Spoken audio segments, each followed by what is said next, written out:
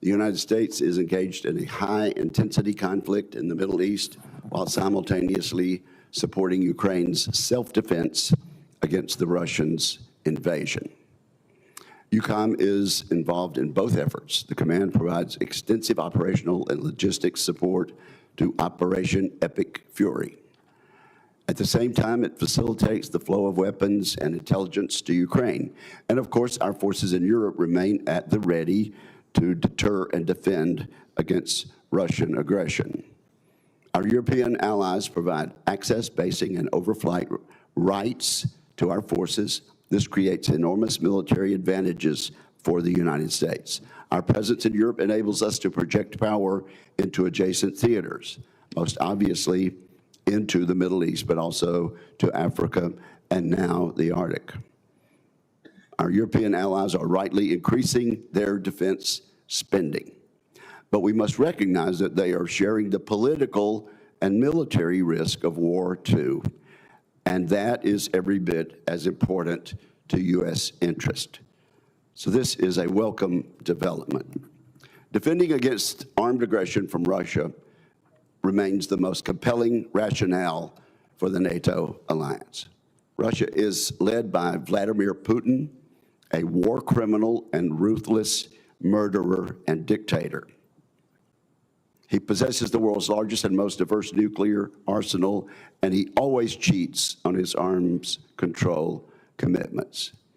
In Putin's twisted view of the world, Russia is the victim of historical injustices.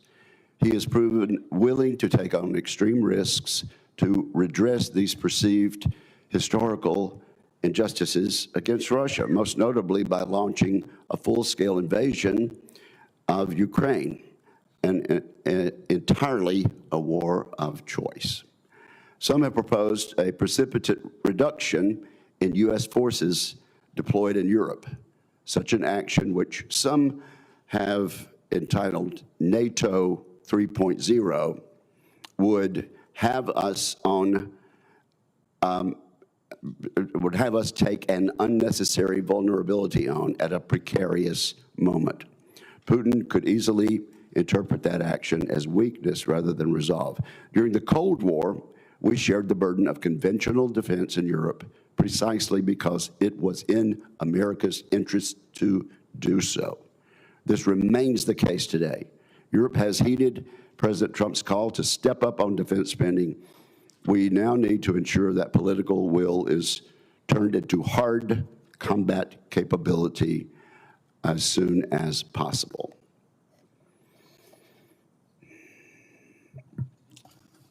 Mr. Putin has a predilection for war and aggression. That is a fact, and it led this committee to place a floor on the U.S. military's force posture in Europe, particularly the Army ground maneuver forces. Mr. Putin's aggression has caused us to make that decision. We took that step in the National Defense Authorization Act that became law in December, a bipartisan achievement. The law reflects our collective judgment that now is not the time to accept unnecessary risks in Europe. The best way to reduce the need for defense in Europe is to degrade the threat posed by Russia's military. Ukraine is doing exactly that. Its success in defending against Russia reflects Ukraine's resolve and ability to innovate during wartime. We should support these efforts. We should immediately begin a crash program to take advantage of new production lines here in America, building new low-cost weapons to help the Ukrainians defend themselves.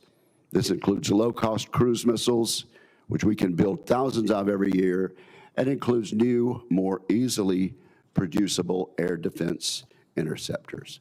While General Grinkevich is focused on the European theater, General Reed supports the global joint force.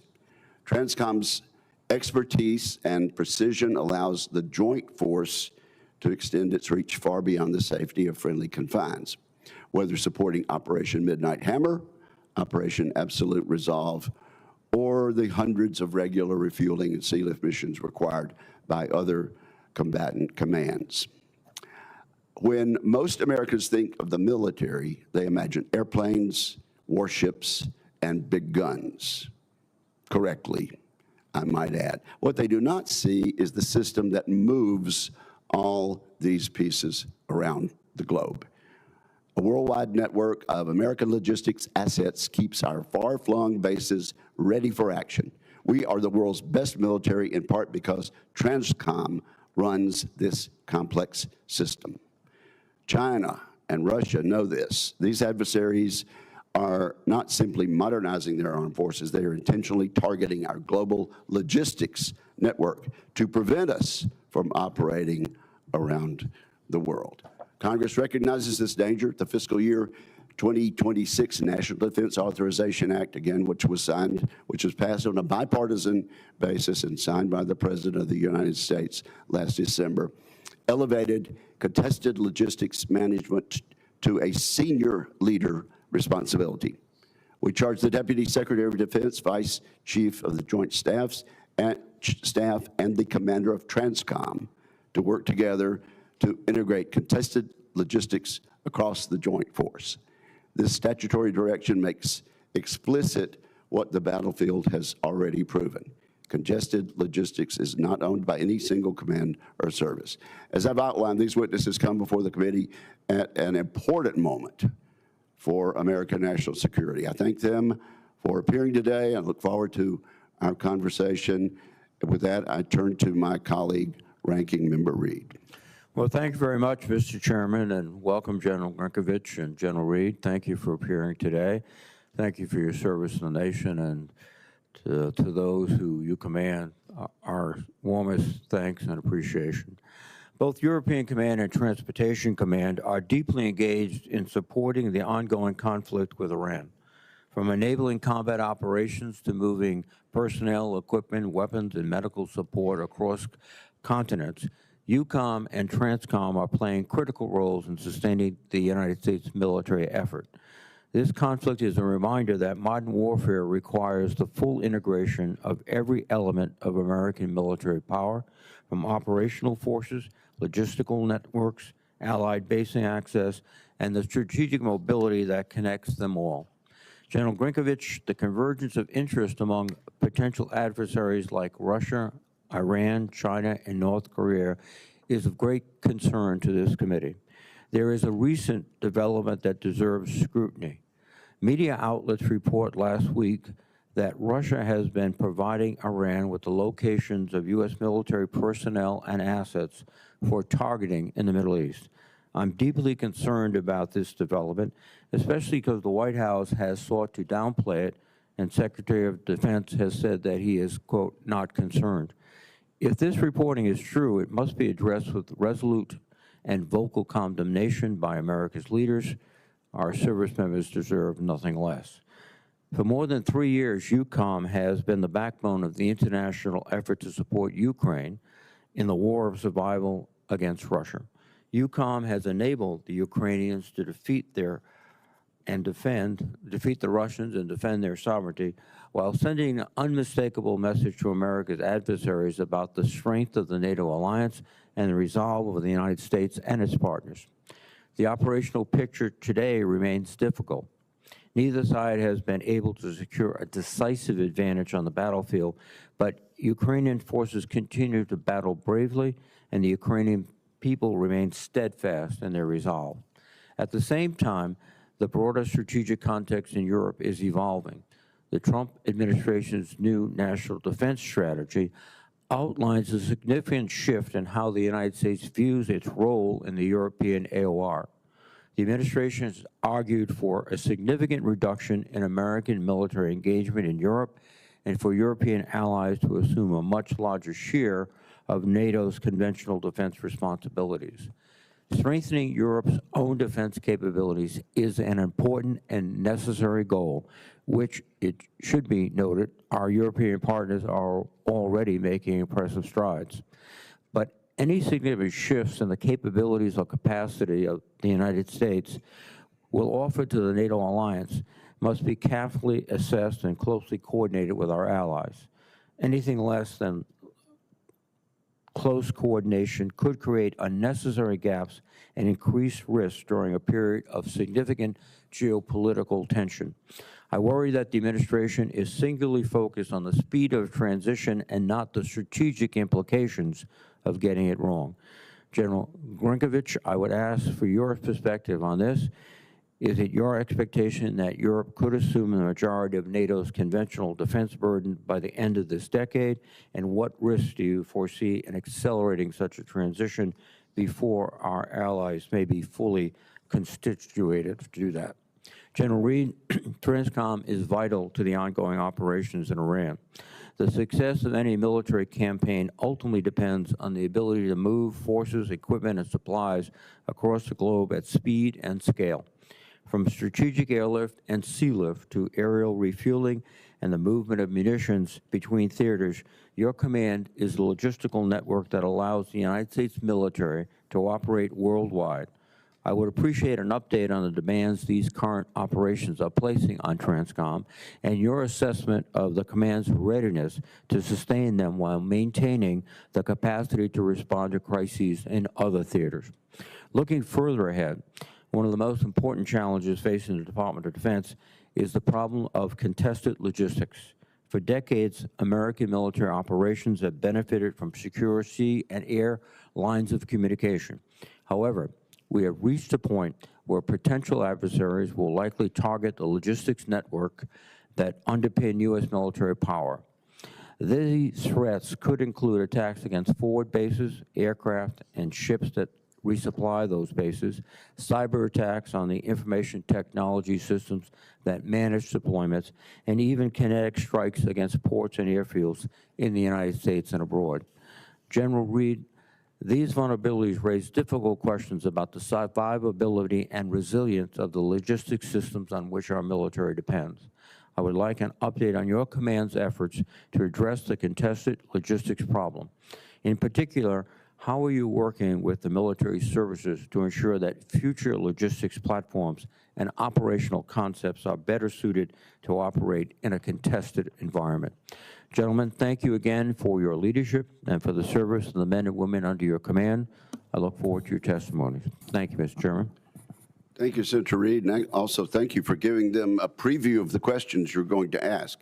Who'd like to go first? General Grinkevich, would you like to go first? You are recognized for your opening statement. Chairman Wicker and Ranking Member Reed and distinguished members of the committee, it's an honor to be here today representing the men and women of European Command, and I'm also grateful to have Command Sergeant Major T.J. Holland, our Command Senior Enlisted Leader, joining me today. It is also a privilege to be here with my good friend, General Randall Reed. Throughout my career, I've seen firsthand the extraordinary capability U.S. Transportation Command delivers across our joint force. I'd like to begin by thanking this committee and Congress for your steadfast support to the warfighters and missions of U.S. European Command. The United States faces a complex and evolving global security environment. Growing cooperation between Russia, North Korea, Iran, and the People's Republic of China has increased military risk across multiple theaters and domains. In Europe, North Korean troops and materiel, Iranian drone technology, and Chinese economic support enable Moscow to sustain its war in Ukraine. I have been privileged to be part of the negotiations working to fulfill the President's goal of a lasting peace. But in the meantime, this brutal war continues, recently starting its 5th year as both sides trade human life for time and territory.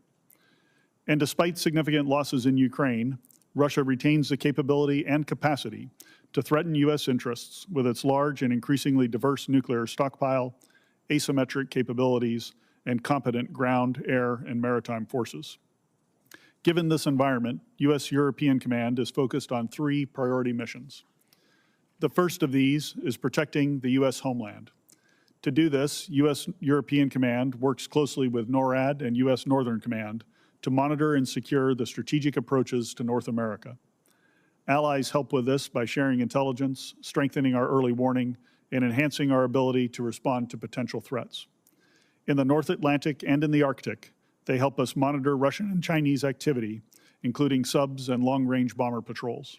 Together, we ensure these capabilities are unable to threaten the U.S. or our interests in this hemisphere. Our second mission is to serve as a platform for projecting U.S. combat power, both in and beyond Europe. Our forces, bases, and infrastructure take advantage of the continent's strategic geography and allow the United States to rapidly move forces, sustain operations, and provide the President with diverse military options across multiple theaters. In the past year alone, U.S. European Command increased pressure on the Shadow Fleet with the seizure of MV Bella, enabled strikes against Iranian nuclear facilities during Midnight Hammer, and facilitated strikes on ISIS-affiliated terror groups in Africa. This mission continues today with support to Operation Epic Fury in Iran. Our third mission area is positioning the NATO alliance to deter and defend. Given the possibility of simultaneous conflict in multiple theaters, a strong NATO allows the United States to redirect focus while still protecting our European interests. This requires allies to step up, and they're doing just that. Allies are increasing defense spending and building their readiness to assume primary responsibility for the conventional defense of Europe. This shift requires continued investment in a robust and resilient defense industrial base that can deliver the required military capabilities at scale.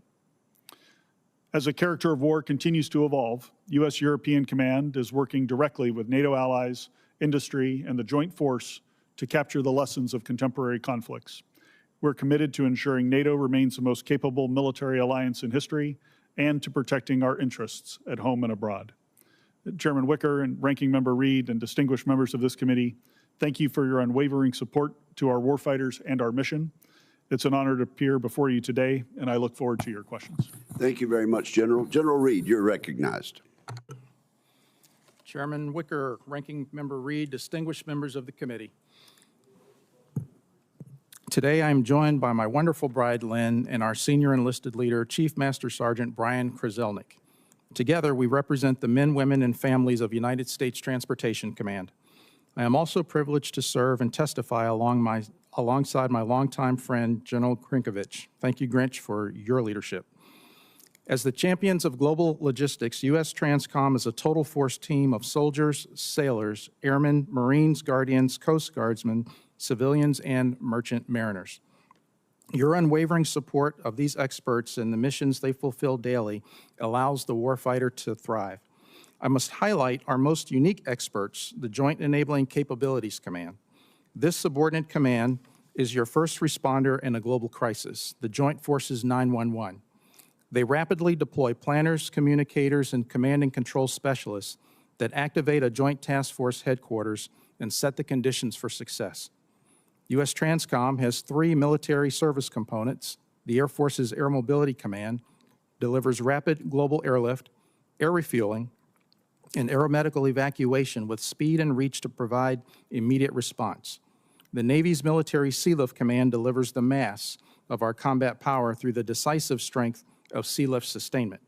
The Army Transportation Command is the critical link deploying the joint force from our forts to our strategic seaports, connecting the homeland to the global fight and operating critical ports worldwide. Completing the U.S. Transcom team is our fourth component, our commercial partners. Commercial airlines, trucking companies, rail operators, and ocean shipping companies move our service members and cargo anywhere, anytime. These industry leaders and partners offer expertise, capacity, and networks required for mission success. U.S. Transcom is the heart of a larger team, the Global Joint Deployment and Distribution Enterprise, or the JDDE. Together, the military, commercial industry, allies, and partners form a network with a single mission: to deliver power and presence at the time and place of our choosing. We know the strategic environment continues to transform. Our competitors train to contest our every move and turn logistics into a primary battle space. We acknowledge the challenge. This is precisely why we exist. U.S. Transcom specializes in winning the fight to get to the fight. Therefore, there should be no surprise that our priority remains keeping power projection as the joint force's decisive strategic advantage. First, we champion the American warfighter starting here in our homeland. The journey to the fight begins not on the battlefield, but on the nation's highways, railways, and commercial seaports. Your interest in securing and modernizing this fort-to-port network is a direct investment in the ability to project power. The resilience of this civilian infrastructure, the bedrock of the domestic supply chain, allows Transcom forces to deploy and win. Second, your continued partnership helps forge the future of maritime dominance. By recapitalizing strategic sea lift, America will deliver overwhelming combat power to any shore for the next 50 years. We must continue this vital work and champion the mariners who form the backbone of our fleet and underwrite our national security. We support the maritime policies including Maritime Security Program, Tanker Security Program, Cable Security Program, the Jones Act, and cargo preference laws. Together, these programs secure U.S. flag vessels and the merchant mariners necessary to move sensitive defense material in emergency. Third, your support guarantees our air mobility fleet remains a dominant projection force, the ultimate display of American resolve. Through our global reach, we unleash the power of presence, reassuring allies, and deterring adversaries. Continued modernization and recapitalization secures this advantage for the next generation of warfighters. Finally, we are transforming all mobility operation platforms into a survivable, connected node within the warfighting network as tankers and cargo planes link to battle space awareness. They become the eyes and ears of our commanders as they drive toward mission success. Your support makes our forces more resilient. We are grateful for Air Fleet investments because connectivity creates survivability. Distinguished members, your leadership positions U.S. Transcom to overcome any challenge. Together, we send the message that America's logistic outreach is unmatched, our resolve is unbreakable, we are ready, united, and decisive, and that together we will always deliver. Thank you for the opportunity to represent U.S. Transcom and to answer your questions. Well, thank you both for your service. General G, I'm going to ask you to pronounce your name. Senator, it's Grinkevich. Okay, with a which. Okay, very good. Well, let me just ask you to answer a few questions briefly, and then I'll let you elaborate. Do you agree that the Russian military's lack of tactical skill has been exposed in the war in Ukraine? Senator, Russia invaded Ukraine thinking it would be a 2-week war. And as I heard a friend say recently, the hardest part of a short 2-week war is the first couple of years. And I think Putin has learned that because of the problems he's had with fielding a modern and effective force. In spite of that, do you agree that Russia has maintained the ability to wage war and continues to threaten our treaty allies in Europe? I do, Senator. And clearly, you've already said that Russia has demonstrated its ability to sustain high-intensity war for over 4 years. And I guess it's fair to say also that the public somehow over there is willing to suffer deprivation in pursuit of return to what they feel is Russian greatness. You agree with that statement? Senator, I do. I'd just say that, Putin as an autocrat is able to control the information environment in Russia, so the Russian people are probably not hearing all of the trials and tribulations that their forces are facing or understanding the high casualty rates of the Russian forces. And I guess it would be fair to say the elite in Russia are not feeling all of the negative effects that the general populace is feeling. I assess that's correct, Senator. Okay. NATO Secretary General and the German Chancellor have both publicly stated that Russia, once the war is over, will again pose a dire threat to Europe by the end of a decade. Do you agree with that? And I'll let you elaborate if you'd like. Senator, thank you. In Ukraine today, Russia has well over 500,000 troops. And so should the war in Ukraine end, which we all hope it does, we will have to see the contours of the agreement and then monitor Russian behavior to see what their intentions are. But from a purely military perspective, when 500,000 battle-hardened Russian troops are repositioned to other areas, we'll have to pay attention to that as a potential military threat and be cognizant of what it could pose to the alliance. Okay. We're delighted to see our European allies agree to the 5% and to do their fair share of their part of the burden sharing. How long do you think it's going to take for our European friends, once they've enacted this 5%, to build the capabilities and force structure needed to actually assume the lead role in the conventional defense of Europe? Yeah, Chairman, thank you. I agree with you that the agreement that made at the Hague summit to spend 5% of military spending is a tremendous accomplishment, and it shows how seriously the Europeans are taking their own security. Many nations are already on a pathway, with 5 or 6 nations this year already near or above 5% of GDP. The biggest risk for those countries is now turning that money into actual military capability in their inventory, and that does take an industrial base that can deliver on time. So I see that as the biggest risk to them being able to achieve this on a quick timeline. So, from my perspective, I think we're looking at different capabilities will show up at different times. It will be a gradual slope that will increase in the pace of European rearmament as the defense industrial base gets healthy. So I think you'll see it start slowly, and then as the industrial base investments take off, they'll be able to rearm quickly. So I would say by the end of this decade, they will have made great progress toward that. They won't be all the way there, but certainly by 2035, they will be. Okay, so by 2030, they will have made great progress, but they won't be there. By 2035, if their commitment continues, they should be able to be in the leadership position on that. Yes, Senator, I believe that's correct. Thank you very much. Senator Reid. Oh, thank you very much, Mr. Chairman. Thank you, gentlemen. General Reid, you have been quoted as saying that we must start a new program to modernize our strategic airlift, the C-5 and the C-17. I know you can't disclose details of the forthcoming budget proposals, but are you confident that we'll begin that process of modernization this year? Senator, thank you for the question. Strategic airlift is one of the most critical capabilities that we provide. It's what we call the immediate force. When our nation needs to respond right away, that's how we get the force quickly projected out of the country and to the point of need. The challenge here is that for the capabilities that we need in those aircraft, it takes a long lead time to design and actually deliver the aircraft. C-5s and C-17s are capable today.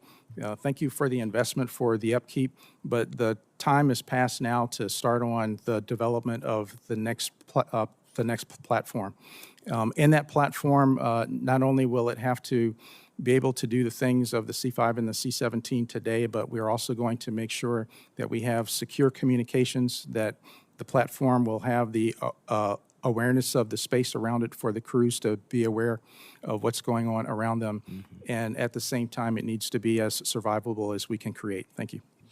Thank you. General Grinkevich, one of the unexpected beneficiaries of our operations in Iran has been Russia.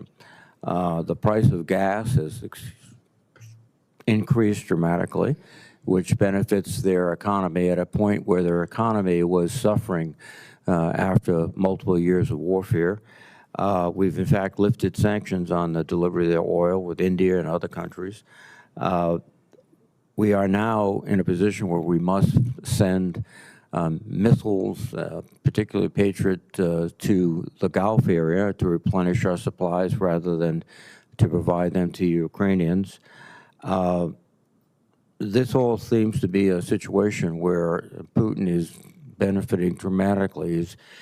Is that your perception that this has unexpectedly or unintentionally given him a significant increase in staying power? Senator, a couple of thoughts on this. First, I'm very proud of the role that European Command is playing to support Operation Epic Fury, and our soldiers, sailors, airmen, Marines, and Guardians have been operating at a high tempo in the Eastern Med and elsewhere, defending Alliance territory and defending our forces and projecting power into U.S. Central Command. As you noted, the price of oil and gas has gone up. We know that Putin does depend on that. I think how much he benefits from it depends on how long those prices remain elevated. I know the leadership of the department is watching this very closely. I know the president's watching this very closely, and that they're certainly concerned about the prices that are out there. So I guess on the munitions front, what I would say on that is we do continue to flow munitions into Ukraine. I could get into some of the specifics on implications in the classified session later today, but I assure you that support continues. Should we increase our security assistance to Ukraine, given the at least momentary strengthening of Russia's economy and Russia's capabilities? Senator, I think there are always global trade-offs with the amount of security assistance that we can provide. So ultimately, it's a policy question on what the level of support should be. I am in constant contact with the Ukrainians, though, and they do tell me where they see opportunities. I am validating and looking at those opportunities that they're providing to us and the weapons that they're requesting, and then providing my recommendations to the department on what we could provide them to help them exploit certain situations. I'd be happy to discuss more of that in detail in the classified session. Thank you, General. General Reed, quickly, I've about 45 seconds. Contested logistics is an issue we've been grappling with for several years. Any quick thoughts about what we can do and what we are doing? Senator, thank you very much. We continue to pursue changes in how we operate, both any opportunity in current operations, exercises, and experimentation as well. Thank you very much. Thank you, Mr. Chairman. Senator Fisher, you're recognized. Thank you, Mr. Chairman. Thank you both for being here today and for your service to our country. General Reed, how is Transcom preparing to perform strategic lift in a contested environment? That presents unique challenges, correct? Yes, Senator, thank you. The strategic challenge, as we see it, begins here at home. We're finding that the adversaries are aligning and they are trying to contest us in every domain possible. That also begins in the cyber realm. Some of the ways that we're making sure that we harden ourselves there is through increased cyber hygiene. We also get great assistance from U.S. Cybercom as well and law enforcement. That extends not only within the department, but since a significant portion of what we're able to do is in the commercial realm, we're also able to extend assistance to them as well. When it comes to being able to project the force and to project power, we continue investments and we welcome more in making the aircraft more survivable and also with more secure communications. Thank you. Thank you. General Grinkevich, what's your assessment of the Russian military's progress reconstituting its losses in Ukraine, in particular in terms of the missile production or other weapons systems? Senator, the Russian war economy is in high gear, if you will. So in terms of missile production and UAV production, my assessment is that they have the capacity resident in their defense industrial base to continue with high levels of production. And then as far as their personnel are concerned, to date, they have been able to replenish the battlefield losses, the tremendous battlefield losses that they've been taking on a month-to-month basis. In September, we saw a Russian drone incursion along the Polish border. How has EUCOM and NATO responded to that? Yeah, Senator, thanks. I was extremely proud of the immediate response that the alliance was able to take in response to that incursion. As you probably recall, Dutch F-35s who were operating under NATO command and control were able to shoot down several of those drones that came into Polish airspace.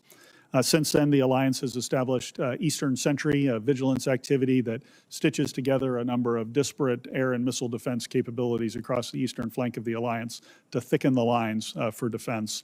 And now we are also in the progress of rewriting our standing defense plan for integrated air and missile defense across the alliance. First time this has been done in decades and should be done by the summit this summer. So you feel pretty positive about Eastern Sentry? Senator, I do, and I how would how it's working now, but in the future as well.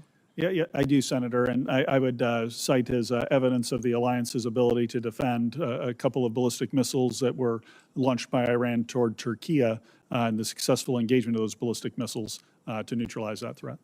General, can you tell us in this setting what your views are and what you anticipate seeing in the future in cooperation between Russia and China? Yeah, Senator, I can talk a little bit about it here and, of course, elaborate in the classified session. But, you know, what we see is two primary means of support that the Chinese provide to the Russians. One is assisting them with evading sanctions and thereby helping their economy. And then the second is dual-use equipment that comes out of the Chinese industrial base and flows into Russia. You might think of this as, you know, different chips and different antennas that are then used on weapons of war that the Russians produce in their industrial base. So that certainly is concerning to us. You know, if I look into the future, I would accept that type of relationship to continue when their interests align, and for Russia to be willing to support China in the opposite direction if China finds itself in need of assistance. General Reed, I appreciated the conversation that we had concerning our tanker fleet. How are you working with the Air Force to communicate your needs to meet your requirements? Thank you. We enjoy great support from the service. We continue to ask them to support us with spare parts, weapon system sustainment, and to keep the training pipeline strong. In addition to that, they are assisting us with survivability of the aircraft as well. Thank you. Thank you, Mr. Chair. Thank you, Senator Fisher. We have Senator Gillibrand and then Senator Ernst.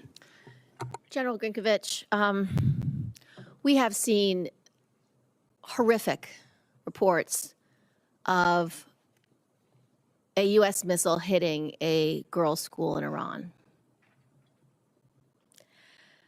I recognize you are at CENTCOM, and this is not your AOR, but can you speak to the process that you at least have at EUCOM for developing targets, what type of protections you have? Based on what I've heard from reporting, the data that was looked at was a decade old, that any person who can get satellite access to Google Maps today can see that this was a school. New York Times had no problem getting that data and information for a report today. What do you intend to do at EUCOM to make sure your targeting is consistent with American values? Yeah, Senator, thanks. You know, over the course of my career, I've, as a fighter pilot, I've always done everything I can to avoid civilian harm and civilian casualties. And I would tell you, I'm absolutely committed to that. I know the department is committed to that. And that when tragedies like this happen, it causes us all to reflect and try to improve our processes. I've been involved in the targeting process, both at the tactical and the operational levels throughout my career.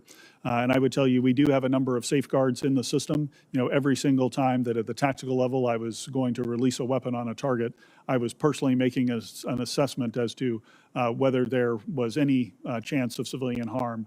And if there was that proportional to the military necessity of striking the target? At the operational level, both from my time in U.S. Central Command previously and then now at U.S. European Command, I can assure you that we have robust standards that we go through and look to see and update the imagery and update our understanding of the target and refresh the intelligence on a recurring basis to determine the chances of civilian harm and to address any collateral concerns that might be there. So you just know I'm absolutely committed to trying to mitigate that risk. I appreciate your testimony. I'm highly concerned, however, that Secretary Hegseth does not agree with you. Secretary Hegseth has criticized rules of engagement designed to adhere to the laws of armed conflict and support civilian harm mitigation. Secretary Hegseth has also cut the Civilian Protection Center of Excellence by about 90%. Their mission was to help you and to help protect against civilian casualties. So how do these changes by Secretary Hegseth affect your mission, your judgment, and the responsibility that you take so seriously? Senator, they have not affected my ability to prevent civilian harm in any way. It's embedded in the targeting process. It's embedded in the culture of U.S. European Command, and I would say in the culture of the U.S. military to try to avoid that civilian harm. So we're continuing to do the things that we have always done to comply with the law of armed conflict and ensure that we mitigate that risk. Can you guess how we could have gotten this wrong in Iran? I'm sorry, ma'am? Can you guess how we could have gotten this wrong in Iran and targeted a children's school? Ma'am, I would hesitate to speculate with any incident like this. There's, I would just say there's usually a chain of errors and mistakes that happen similar to an aviation accident or some other transportation accident. And I would say we just need to let the investigation play out and find all those factors. Thank you, General. I'd like to talk a little bit about following the firing of the Pitafik Base Commander and the stand-up of NATO's Arctic Sentry mission. How is EUCOM managing the operational friction caused by the administration's rhetoric regarding Greenland sovereignty and the associated tariff threats against our NATO allies? Senator, at the military-to-military level, I can assure you that our relationship remains strong, that with every chief of defense across the alliance, we maintained our focus on what it was that we were responsible for doing, which was deterring and defending every inch of alliance territory from any form of aggression. And our ability to focus on that, to focus on the Hague commitments and make our military stronger, kept us on task, if you will, throughout those discussions. Thank you. Thank you, Mr. Chairman. Just to clarify for your benefit, Senator Gillibrand, you did not mean to say that we had targeted a school. That a missile hit a school. No, but it's the word targeting. Yes, that of course. You did not mean. How we chose a target that turned out to be a school, albeit next to a appropriate target of a naval base, but the fact that it is chosen as a target, I'd like to know, and I hope that we can have an open hearing on this, Mr. Chairman. Thank you. Senator Ernst. Thank you, Mr. Chair, and thank you to our witnesses today for your service to our nation. President Trump has pushed our NATO allies very hard to commit 5% of their GDP toward defense and resilience. And we've seen a lot of headlines highlighting new defense investments across Europe. At the same time, NATO defense plans depend on interoperability excuse me, across 32 allies operating across air, land, maritime, cyber, and space domains. So, General Grinkevich, are these new investments translating into shared capabilities with NATO that are interoperable, or are there gaps that our allies need to find and fill? Senator, that's a terrific question. We focus very much on interoperability across the alliance and at U.S. European Command. And I would say, one of the best ways to ensure interoperability is when our allies buy American equipment from our defense industrial base. That solves the interoperability problem just at face value. Of course, the U.S. industrial base can't deliver everything that Europeans need, so they're investing in their own industrial base as well. And to ensure that everything works together, we have NATO standards that both countries in the alliance and outside the alliance, including in the Indo-Pacific, adhere to in order to ensure that interoperability. But, they're especially new members of the alliance or folks who are newly certified to NATO standards. We do need to help them along and make sure that they understand that this gets to be very technical when you get into the beeps and squeaks, if you will, of making sure that things can work together. Yeah, I appreciate that very much. And the shout out as well about the defense industrial base. And I think this just lends credibility to all of our voices when we are saying that we need to invest in more here in the United States. I'm glad that our partners are stepping up and developing their own industrial base, but certainly we need a stronger one here in our own nation. Just very briefly, I am a huge supporter of the State Partnership Program. I know we have spoken about this before.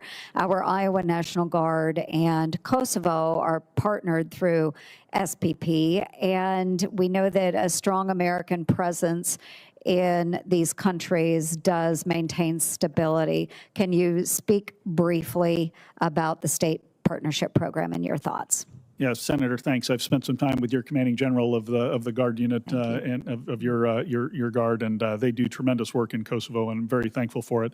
Writ large, the SPP builds deep and lasting relationships. Some of our state partners have been in the program for 30 years or more, and over the course of those 30 years, as exercises happen on both sides of the Atlantic, it just builds a bond you can't replace. Yes, thank you so much. I'm in full agreement. General Reed, we have automatic equipment identifiers, identification tags, that help rail providers track the location of our assets across our transportation system.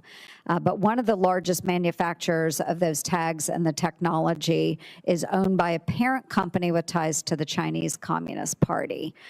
Currently, Transcom uses our rail system to move heavy assets like tanks from Fort Stewart or, you name it, or other armored vehicles throughout the U.S. So my concern is that the CCP could utilize these tracking technologies to monitor our military movements, which is a major security risk during a buildup or a surge. So would you agree with that vulnerability? Do you think we are giving the Chinese access into a window of our military movements and engagements? And what can we do about that?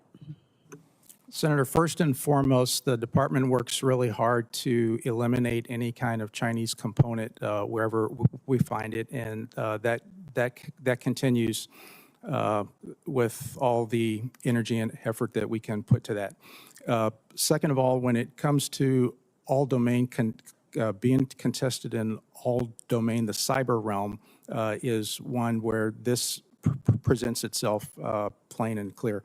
With that being said, while it may be a vulnerability, there are ways that we can harden that, and we continue to do that.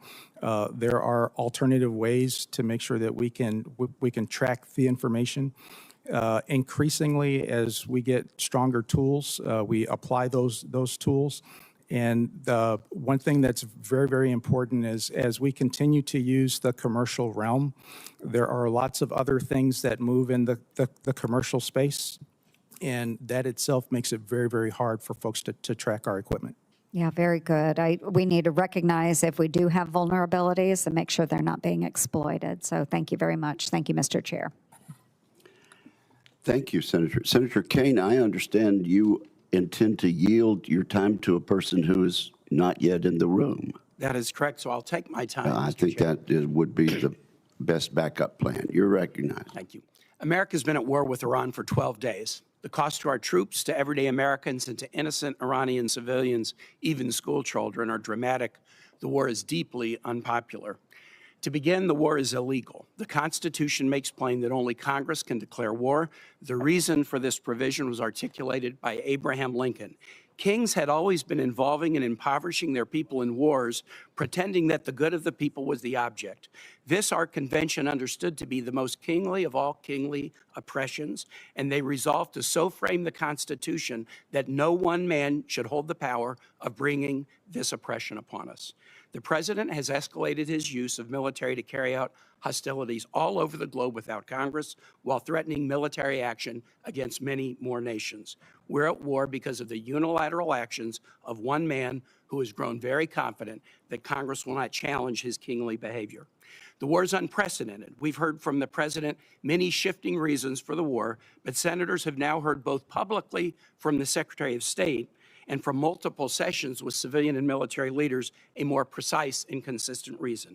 The president sent our sons and daughters, spouses, parents into war because another nation was determined to invade Iran, and if that occurred, Iran would likely target U.S. troops for retaliation.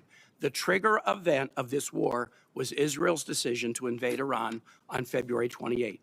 We could have avoided this war by persuading Israel that it shouldn't invade and that doing so would hurt its ally, America, and cause global instability. There's no evidence that we tried to do that. Or we could have focused on protecting our own troops from retaliation following an Israeli invasion. Instead, President Trump decided to join an invasion of Iran initiated by another nation. He is not the first American president who has been urged to take this step. Others wisely resisted. He did not.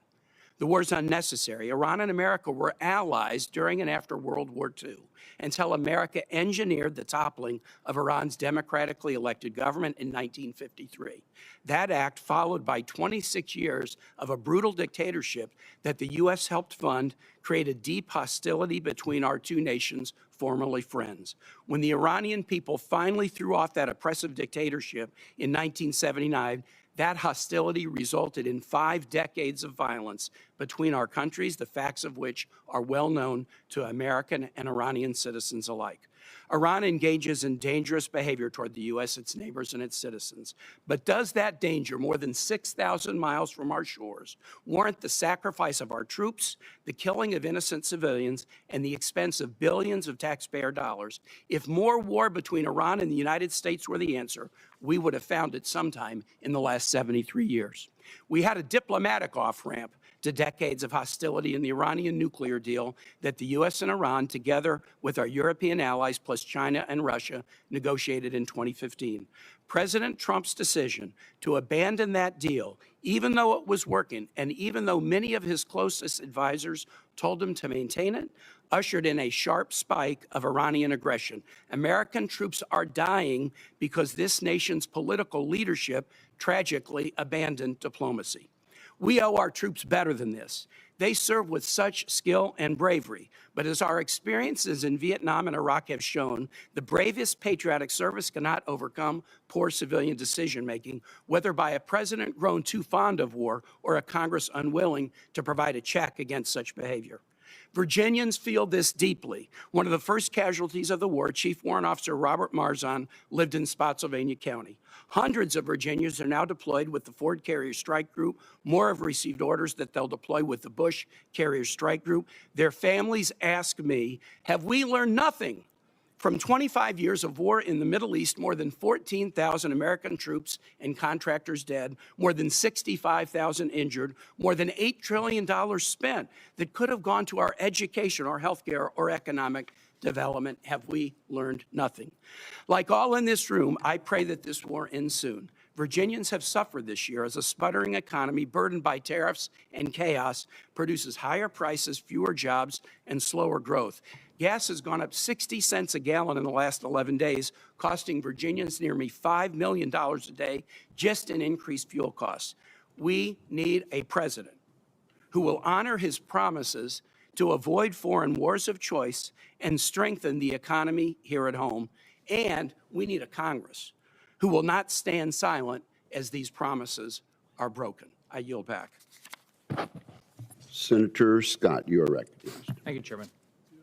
First, I want to thank our troops. I had the opportunity to serve in the Navy at the tail end of Vietnam. Fortunately, didn't have to go to Vietnam, but anybody that puts on the uniform, you have to admire them because they're making the decision to put their life on the line for our freedom. We have a lot of troops at risk right now. I pray for their safety. Unfortunately, we've lost 7 members, 1 in Florida, Cody Cork. I know we have 140 or so injured. I hope they have a full recovery, but the most important thing I think we can all say is we admire what the military has done. We respect what the military has done. We support what the military is doing, and we hope they all come back safely. And the goals of this conflict is that they don't have a nuclear weapon. The goals of this conflict, they don't have the ability to have ballistic missiles that it's going to kill Americans like they've been doing for decades. So I don't think any of us ever want to go to war, but I think we all do respect our freedom and want to keep our freedom. So I want to thank all of our troops for what they're doing. Thank you both for being here. Thank you for your hard work. One of the things I appreciate about this president is he sees the value in putting America first and working with our friends across Europe, Asia, and around the world to ensure peace through strength. Over the past few years, I've had the opportunity to visit a lot of our allies. Last year, I went to Denmark, Estonia, and Finland, all of which are doing their part to increase their national defense spending. They all had some great things to say about President Trump's efforts in the defense space and as a partner. But a number of allies have been frustrated with being told as a matter of policy that they can't buy U.S. weapons, and the White House and the Secretary I know have had to deal with that. Nevertheless, the problem I want to focus on today is that they're also frustrated with the foreign military sales program. Frankly, I understand why. They're facing a defense industry that too often fails to deliver ships and aircraft. I think you've talked about that a little bit. Our manufacturers are not getting things done on time or on budget, or people in the Department of War saying they can't have the weapons that they want.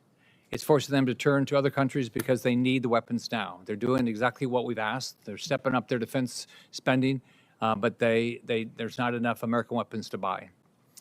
They want our weapons because they know they're the best weapons in the world. They want to train with us.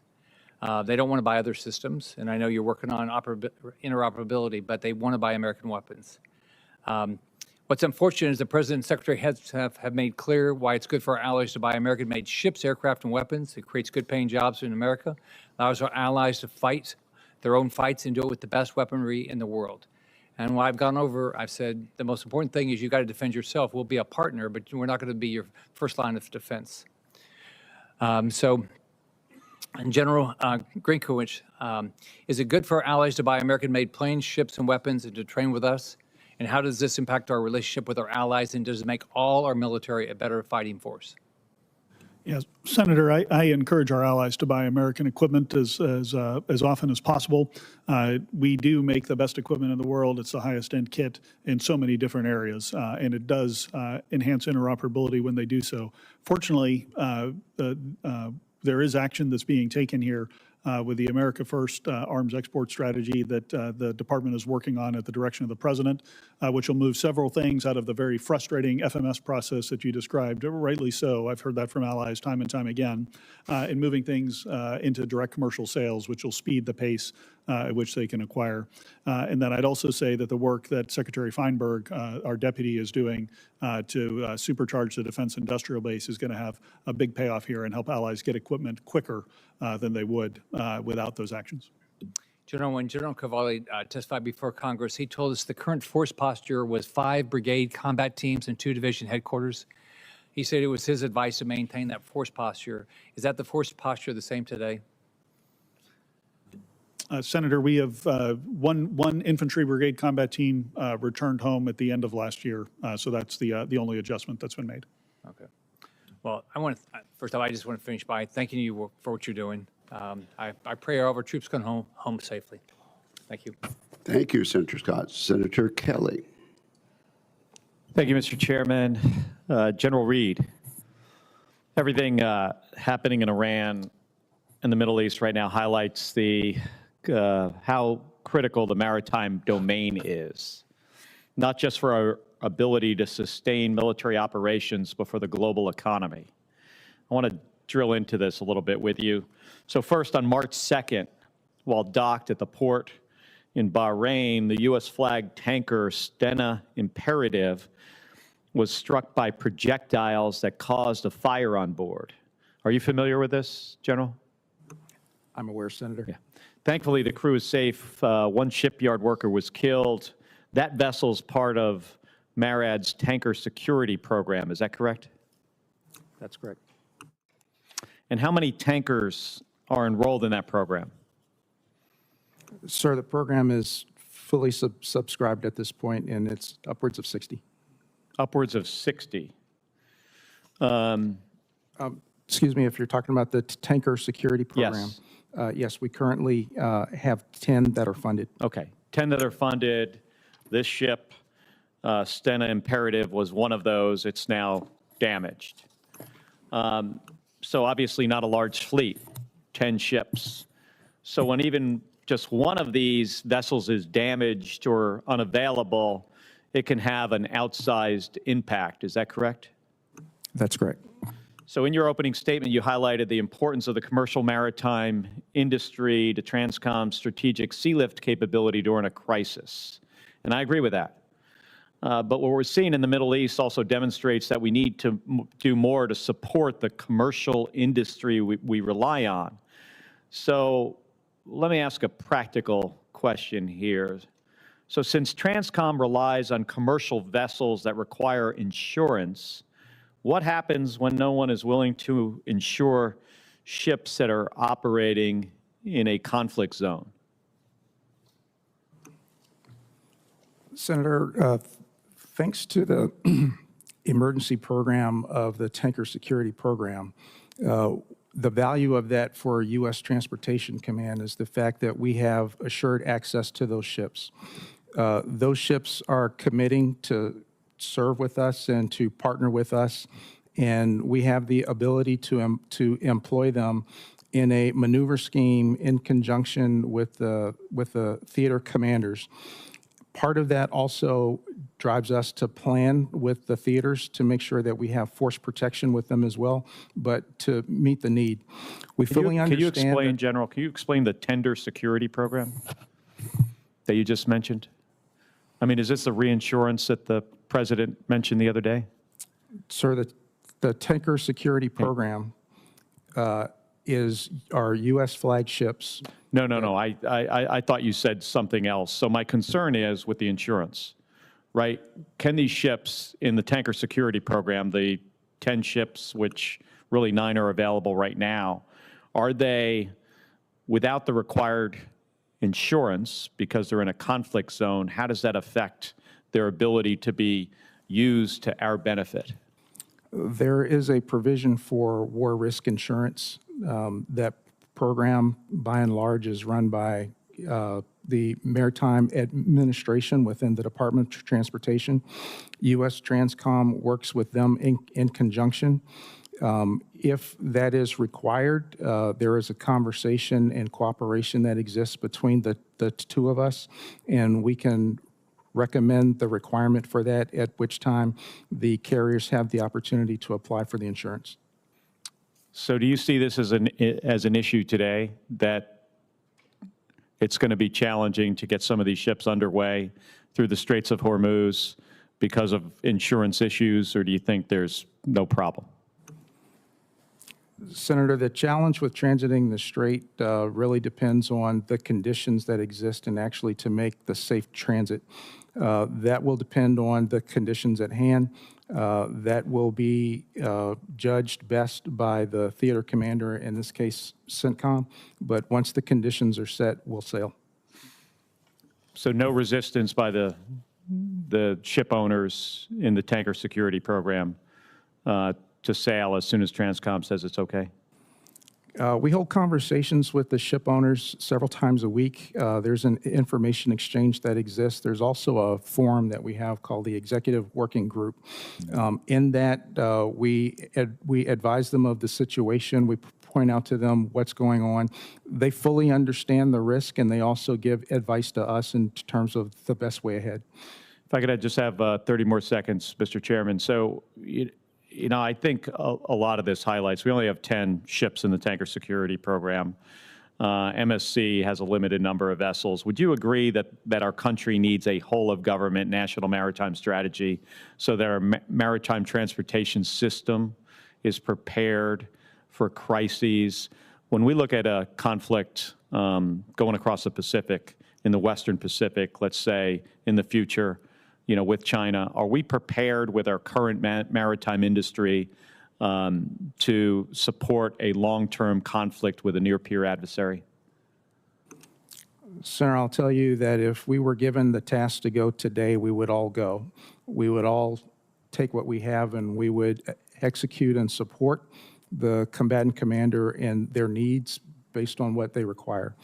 I will tell you that there is a lot of work to be done to strengthen the health of the fleet, to strengthen the health of the workforce. Part of the challenge of that is cargo. Having cargo available will actually drive the overall plan for the demand to build ships, the demand to have the ships, and work to be done by the crews. Well, thank you, General, because I'm out of time, but that's what and that issue is addressed in my Bipartisan Ships for America Act. So I hope to move that legislation forward so you're in a better position to be able to do your job. Thank you. General Reed, have you had a chance to look at the Ships for America Act?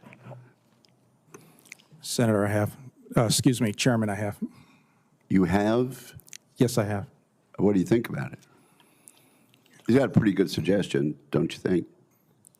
Chairman, there are a lot of aspects in that, and it's incredibly comprehensive. And it does address a lot of things, but it does bring home the fact that we do need a comprehensive approach with comprehensive investment. And we also need to make sure that there's a provision to invite the commercial leaders as well to help us through this. In the end, the fundamental success will ultimately be driven by the amount of cargo. And when we have cargo, that will drive the demand for shipping. We'll find a way to actually construct here, and then we'll actually have the crews because they'll have work to do. Well, thank you for that insight. Senator Sheehy. Thank you, Mr. Chairman. And I would second what Senator Kelly was saying and some others that we need to be focusing not just on our exquisite platforms, but also the broader capacity of the logistics system that's going to support that frontline fight. And to that end, to General Reed, and I'm sorry you're getting all the inbounds here, but specifically I'd like to talk about our future airlift platforms. We spend a lot of time in these hearing rooms talking about the F-47 and the B-21 and the F-35 and the F-22, and of course those are all critical platforms, but at the end of the day, moving material into theater, especially as we evaluate a Westpac engagement with a peer adversary. I don't say near peer because I believe we're in a peer-to-peer situation now with China. Physically moving people, bullets, bombs, food, clothes, physically moving millions of tons of gear halfway around the world quickly, especially in an area where we're fighting in someone else's backyard and we're having to project that material around the world to tiny islands that we may or not be in control of. Our C-5s are, I've heard at some cases, 40% dispatch reliability. They're half-century old, if not more. Our C-17s, as incredible platform as they are also aging. And as far as I know, we don't currently have a follow-on long-range heavy-lift logistics aircraft that's been decided on, awarded, and certainly not in production, but it isn't quite even in decided conceptual stages. And when we look at how challenging our KC-46 program has been to roll out, to replace, I still hear that the last KC-135 pilot hasn't been born yet, and that's probably true.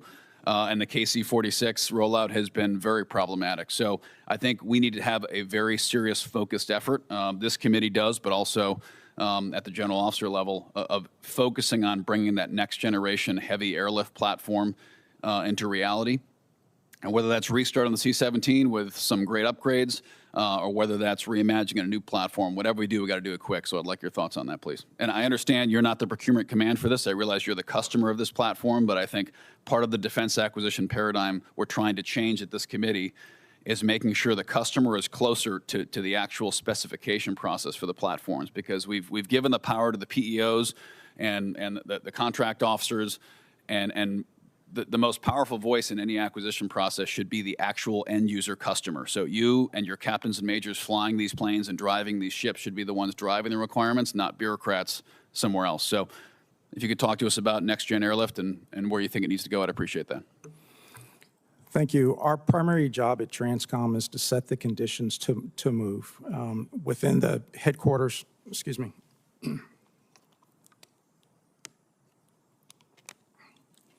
We frequently start with the idea we need to set the globe to set the theater. What that means is we have aircraft that are operating around the world each day along with sea lift, but when a crisis arises, there's the need to make the shift. Once we do that, every aircraft that we have available that already originates in the region, we employ them directly. All the aircraft that we have here in the United States, we generate that, and then we build the network to connect the two. Our C-17s and our C-5s are the most capable things in the world right now to make that bridge to get the force out of the United States. That's incredibly key because greater than 85% of the joint force still resides here. And so when they're needed abroad, those are the aircraft that we use to start that move. The challenge that we have predominantly with our competitor is that they are actively developing weapon systems to threaten our aircraft.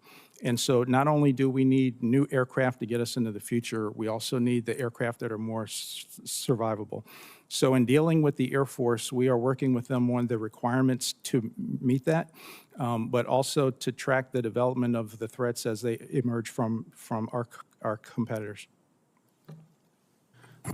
When I'd also encourage us to explore all alternatives, expanding and having a wider guarantee for our contract-operated cargo carriers. Not best for contested environments, but at least they can get tonnage forward. And then exploring things like amphibious aircraft or even submarines that can provide logistical support. Subs have typically been reserved for exquisite tactical missions, as they should. But when we're going to be operating in a Westpac, first, second island chain contested environment, literally moving logistics under the water where we still have dominance. So thanks for your time today. I yield back, sir. Thank you, Senator Sheehy. We have Senator King and then Senator Hirono. Thank you, Mr. Chairman. There's been a lot of confusion about the war and the effects, the causes, why we did it, why we didn't, what our strategy is. But one thing has emerged just in the last few days. There is a clear winner in this war. The clear winner is Vladimir Putin and Russia. Estimates released a few hours ago are that Russia has reaped $6 billion of benefit from this war since it began just 2 weeks ago. That's about $400 million a day from the increase in oil prices and the easing of sanctions, which is somewhat puzzling to me. So I just think the record should show that the real winner so far is Vladimir Putin to the tune of $6 billion in 2 weeks. General Reed, can you give me a percentage, if we had a serious need for transport, what percentage of the transport on the sea and in the air would be commercial carriers who are under contract to Transcom? Senator, day to day in competition, about 40% of what we fly around the skies is commercial. When we transition to crisis or conflict, we make a conscious decision on where we actually employ the commercial aircraft. Even as we're supporting operations in CENTCOM today, the commercial airlines are supporting us in high volume in places outside the theater. So in a conflict situation, that 40% would go up, I presume. If it's required, yes. In the case of Sea Lift, once the Ready Reserve Force makes the initial surge, commercial really plays in for sustainment, and greater than 90% of all the sustainment is done by the commercial fleet. Okay, that's what worries me. You have controlled, and I'm sure pay great attention to cyber possibilities. But we're talking about hundreds, if not thousands, of commercial carriers who may or may not be as secure in terms of cyber as you are. My question is, what steps do we take to ensure that this, you said 90% on the ships, 40, 50, 60% in the air are commercial carriers, to ensure that they are protected from a cyber attack? Because if we're in a serious conflict with a significant adversary, the first thing that's going to happen is a major cyber attack to attempt to blind us and disable our transportation system. Do you red team, for example, the commercial carriers to determine the extent of their cyber vulnerability? Senator, we do, and there's a lot of cooperation in that realm. We operate mainly through two different channels. So within the Department of War, when we organize and plan, that is done on secure systems, and we have a lot of help to make sure that we can protect ourselves. I understand that. What I'm worried about is Delta Airlines security if they're called upon to be transporting troops, and the extent to which they can be penetrated, their systems, not yours, but theirs. Yes, Senator. Once that planning is complete, we do have some secure channels with the commercial transportation providers. And also we red team and we cooperate and provide help with them for cyber hygiene. Among some of the sources are Cybercom, National Security Agency, as well as the Department of War Cyber Crime Center. I would urge you to step up those efforts, because this is where the first wave of the attack is going to come. General Grinkevich, to what extent are the Russians, and there's been some discussion about this, probing in Eastern Europe and doing asymmetric warfare in the Baltics, for example, in Poland, disinformation, cyber attacks, even drone incursions? What are the Russians up to? Are they building troops up along their western border? Yes, Senator, right now, we see a fairly robust amount of what we call Russian hybrid activities or asymmetric activities. And you mentioned some of those, whether it's information operations or sabotage and those types of things. There have been several incidences in the Baltics and in Poland in particular over the last several months since I've been in command. As far as conventional troop buildups, most of the Russian ground forces are focused on Ukraine, so we do not see significant Russian buildups right now. But I know that there are concerns that those could be coming at some point in the future, particularly once Russia is able to reconstitute its forces. And if President Zelensky was here, what would be the one thing he would tell us that he needed right now? I Senator, suspect you hear that fairly regularly. Yes, sir. He would ask for air defense capability based on the Russian attacks on his heating and electrical infrastructure. And a great deal of our air defense capability is now tied up in the Gulf region. Is that correct? Senator, yeah, we do have a robust set of air defense capabilities in the Middle East, and I've used some of our EUCOM air defense capabilities to defend some of our NATO allies as well. In the Middle East? Near the Middle East, if you will, in the Eastern Mediterranean. Okay, so air defense capabilities have been moved toward the Middle East as a result of this conflict. That's correct. Yes, sir. Thank you. Absolutely. Thank you, Mr. Chairman. Senator Cotton.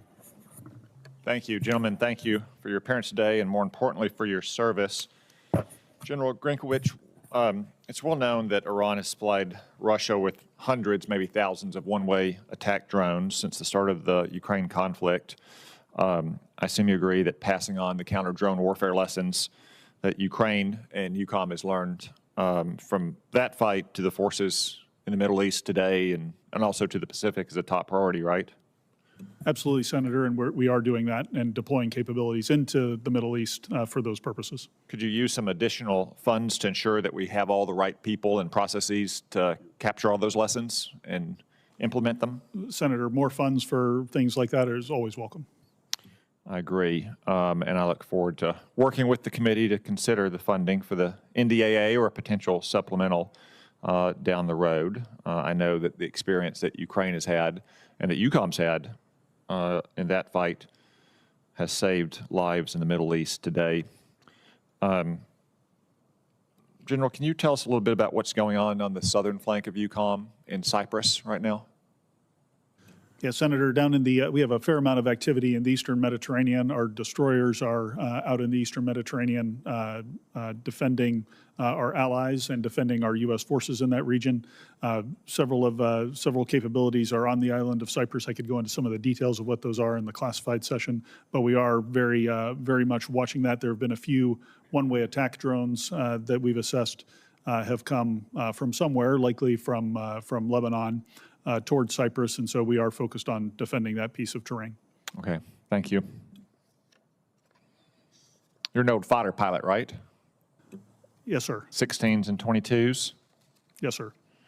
Well, I think that the men and women we have in uniform are the best fighting force in the world. I know you agree, and that our Air Force and Navy right now are on the forefront of the current campaign, Operation Epic Fury.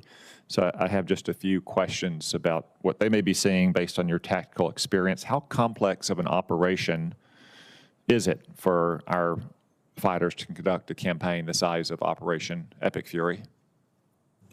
Senator, based on my experience looking at campaigns like this in the past, it is incredibly complex, and the sequencing of events and the technical acumen that's required at the operational or tactical level is quite high.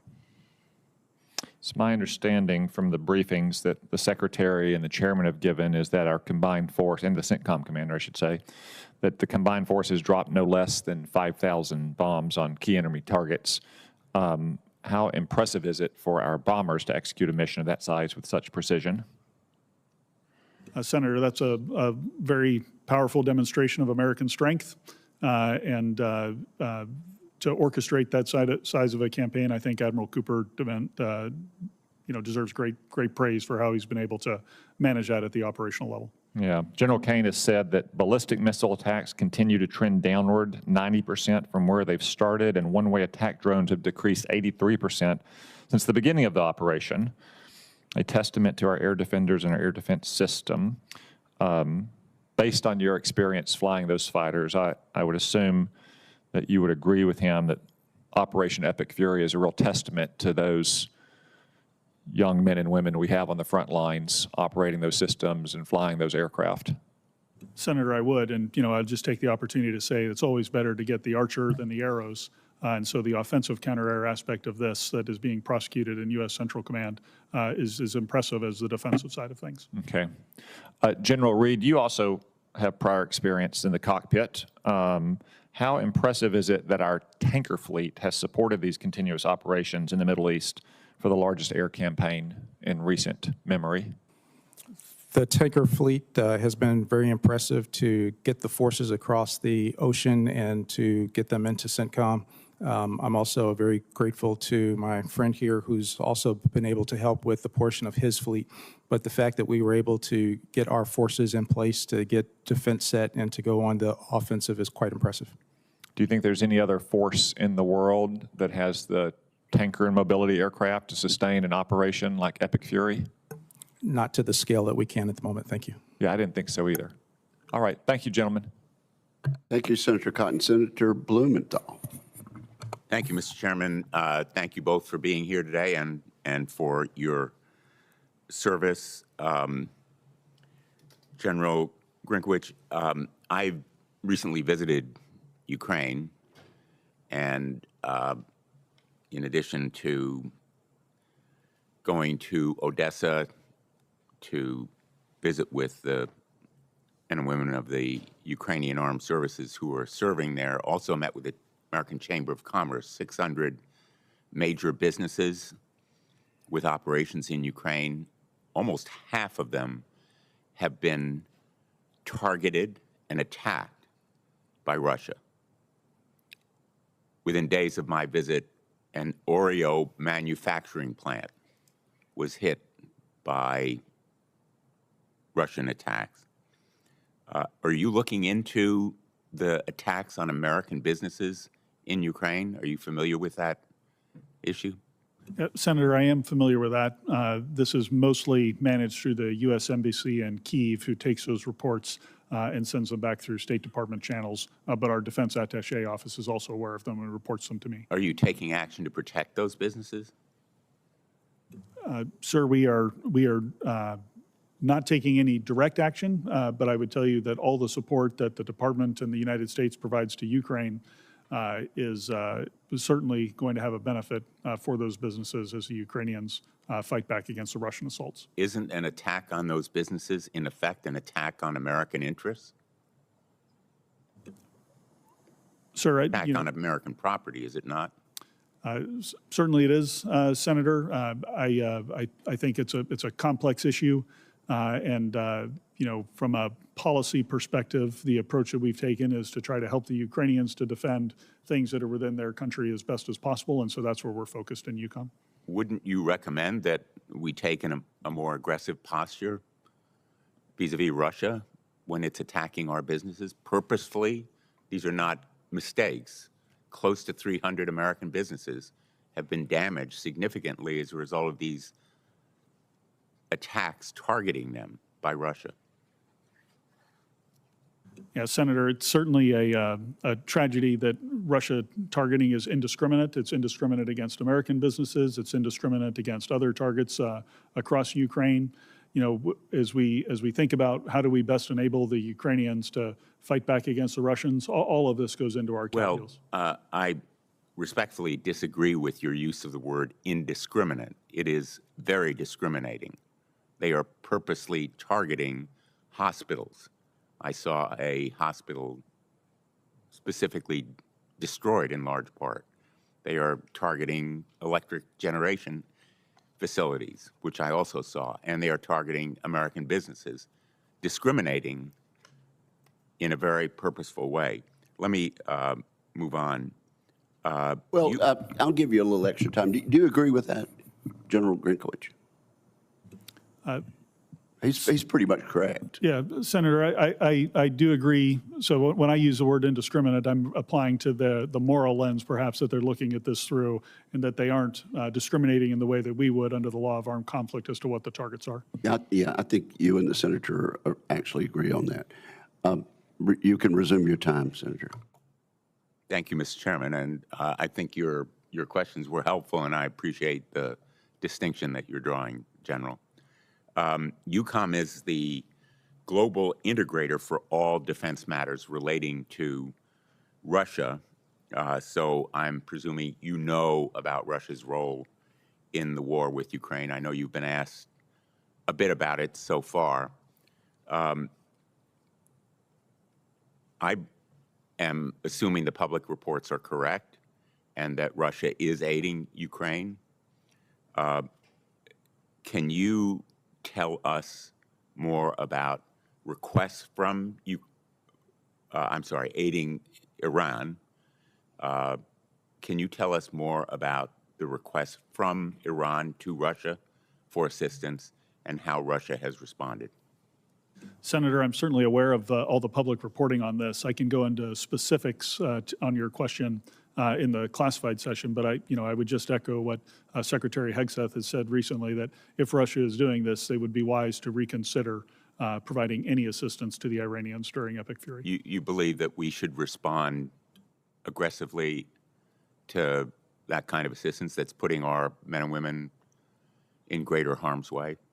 Senator, anytime anyone puts American service members in harm's way in any manner whatsoever, I believe we should respond robustly. Why haven't we done it? Senator, I am confident that we are responding robustly to anyone who is assisting the Iranians with targeting U.S. forces. Perhaps you can tell us more in a classified setting? Yes, sir. I'd be happy to elaborate. Thank you. Thank you very much, Senator Budd. Thank you, Chairman. General Grinkevich, it's good to see you. Thanks for the meeting yesterday, very informative. You know, much of the discussion of the Russia-Ukraine wars, it's focused just on those two countries. But I want to talk about other nations that are assisting the Russians, if you will. Talk about North Korea's role in this conflict and the threat that they pose, and also about the Iranian contribution today and even prior to Operation Epic Fury. Yep, Senator, you bet. One of the things that we watch very closely is how some of our competitors around the globe will work with each other when they share interests, and we've certainly seen that with the North Koreans and the Iranians and the Russians. In the North Korean case, as you know, it's been widely reported, there's a number of North Korean troops that have been deployed to the border with Ukraine and have made up some substantial combat power shortfalls that the Russians have had and supplemented them. There's also a number of reports of North Korean individuals now going to work in the Russian industrial base to generate some of the ballistic missiles and UAVs that they're building based on the labor shortages that the Russians have within their industrial base. Of course, that industrial base got started because of the Iranian sharing of technology of their Shahed drones and sharing the blueprints and teaching the Russians how to build them and how to build them at scale. And that's one of the main threats facing the Ukrainians today. Are the Russians short on people and essentially bringing in labor from North Korea? That's my assessment, Senator. Okay. General Reed, thanks also for being here. Appreciate what you've done at Transcom and just a heroic effort leading up to Epic Fury. Talk about some of the numbers, if you will, some of the success stories so far, and then where are the gaps where Congress can assist? Thank you, Senator. Some of the success is the ability to generate the aircraft to actually get on the move. And so I'm grateful to the Congress for the sustained funding for weapon system sustainment and spares. Because of that, we're able to keep pace, and we've been doing that extremely well, so thank you for that. Other success stories is the fact that we've been able to establish a network for air medical evacuation in order to bring home the wounded and to also get them to a higher level of care. Thank you. What concerns does Transcom have regarding Chinese and Russian naval deployments and commercial investments in ports across the globe? For the Russian deployments, we monitor those. We maintain an awareness of where they're going and make assessments in terms of what capabilities they may be seeking. When it comes to the Chinese fleet deployments, we do the exact same, but we also go one step further to track their footprint, infrastructure, and what types of things that they put in place, mainly in seaports. So we keep a very close eye on their electronic systems, cranes, and that type of thing. We work with port authorities to make sure that we know where those are, and then we operate in ways to circumvent that. So at this point, General Reed, are those adversaries, are they limiting your ability at Transcom to enable logistics around the globe? Currently, they are not. We plan for that. Thank you. General Grinkevich, how is our air domain awareness in the Russia-Ukraine conflict throughout EUCOM? Senator, we have a robust set of agreements with allies and partners that we stitch together a very comprehensive air picture. Certainly, it's not perfect, but I'm very confident that we're on the right path to make it better. But we do have very good awareness, particularly in and around Ukraine. I'm concerned about the uncertainty around the purchase of the E-7 Wedgetail. That's affecting our NATO partners who also canceled E-7 orders last November. What's your thoughts on this platform in terms of current and future EUCOM needs?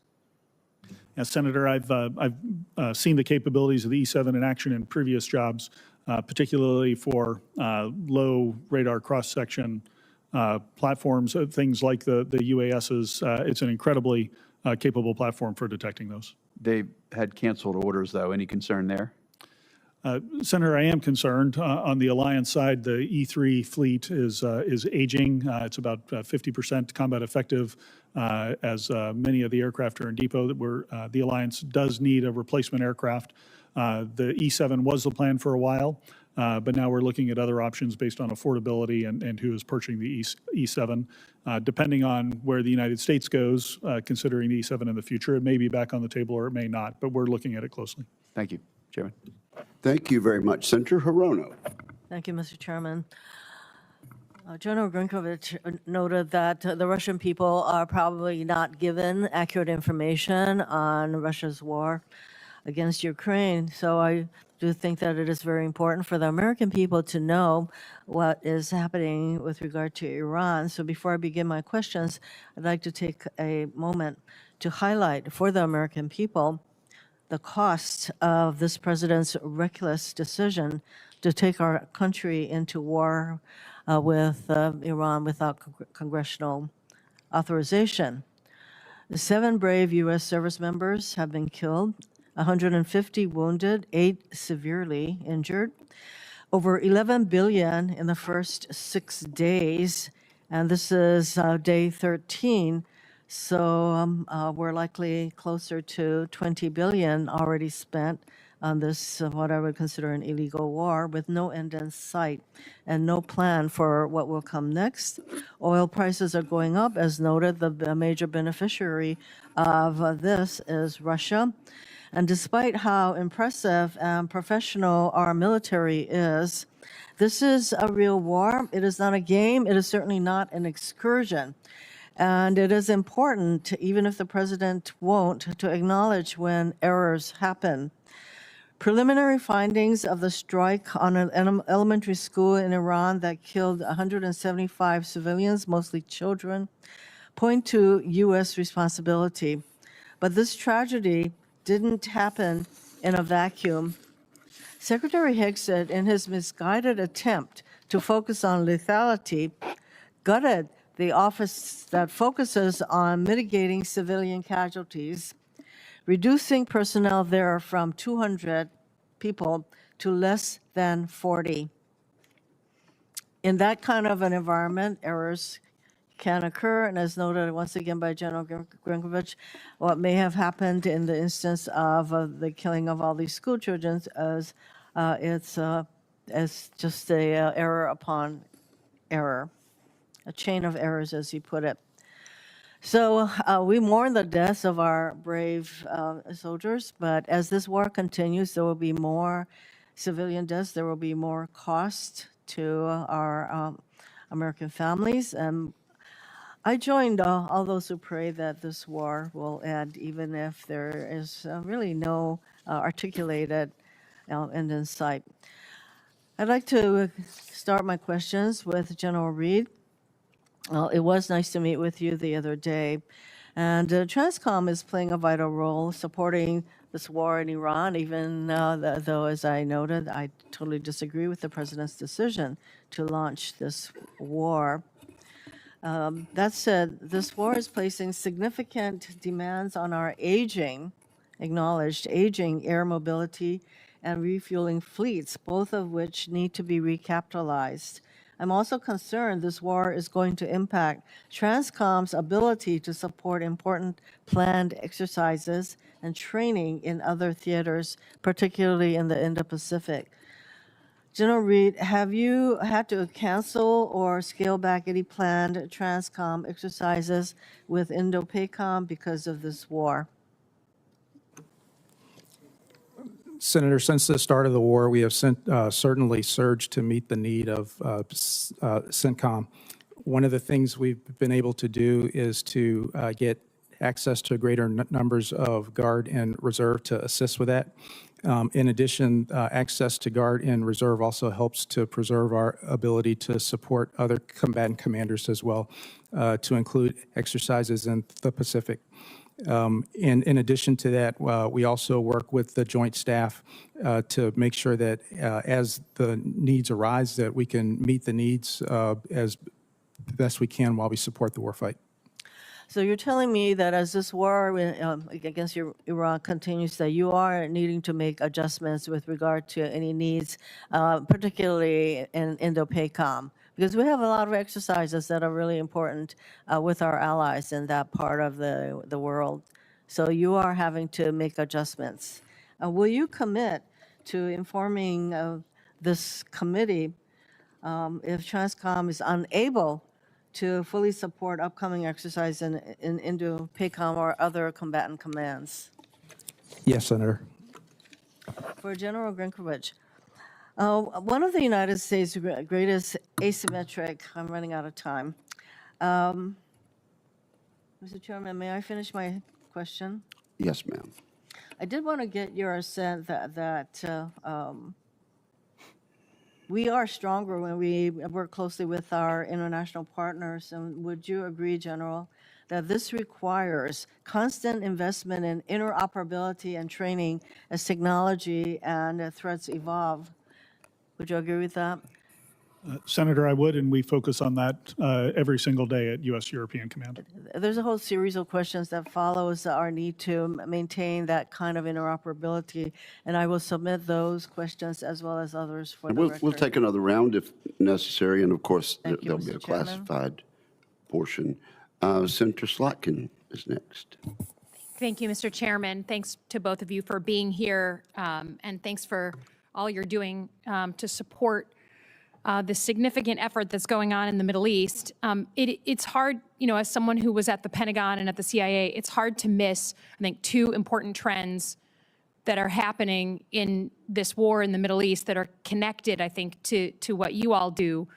One is just, I feel like the conversation on drones has come home to roost. The Pentagon over many administrations, Democrat and Republican, has had this unbelievably glacially slow process of acquisition.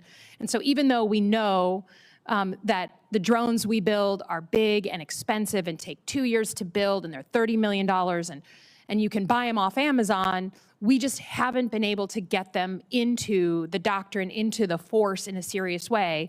And now I feel like, unfortunately, we're paying the price for that.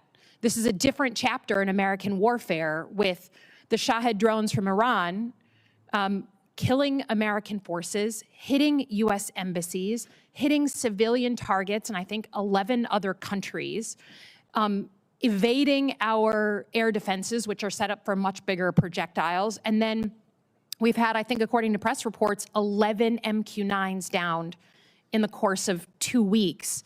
The Iranians are figuring out how to bleed us with money and with time, to the point where we now have Ukrainian advisors coming from Ukraine to train us, right? Because they're the experts. And it's not for either of you two to respond to, but I just feel like, we need to understand that warfare has fundamentally changed. And if Iran is able to hold us at bay and continue that power projection, we keep hearing that the reason why, or one of the reasons why we went to this war is because of Iran's power projection. They're now holding the Persian Gulf at bay. We can't move ships through it. And they're able to use low-cost drones, $20,000 to $50,000 each, to kill U.S. forces. So I hope this is in a moment of inflection for the Pentagon, for all of us, that unless we understand how to more quickly get our acquisition system to be responsive, we're going to continue to lose our soldiers. And I hope that's a major lesson that we're all learning. The second one is the role of Russia and China in supporting Iran. And I know we can't talk about it in an open setting, but there's press reports that the Russians are helping target U.S. ships and aircraft. And I just hope we can all be on the same page. And certainly in Europe, you understand the threat of Russia, that if Russia is helping to kill U.S. forces, we have crossed a Rubicon.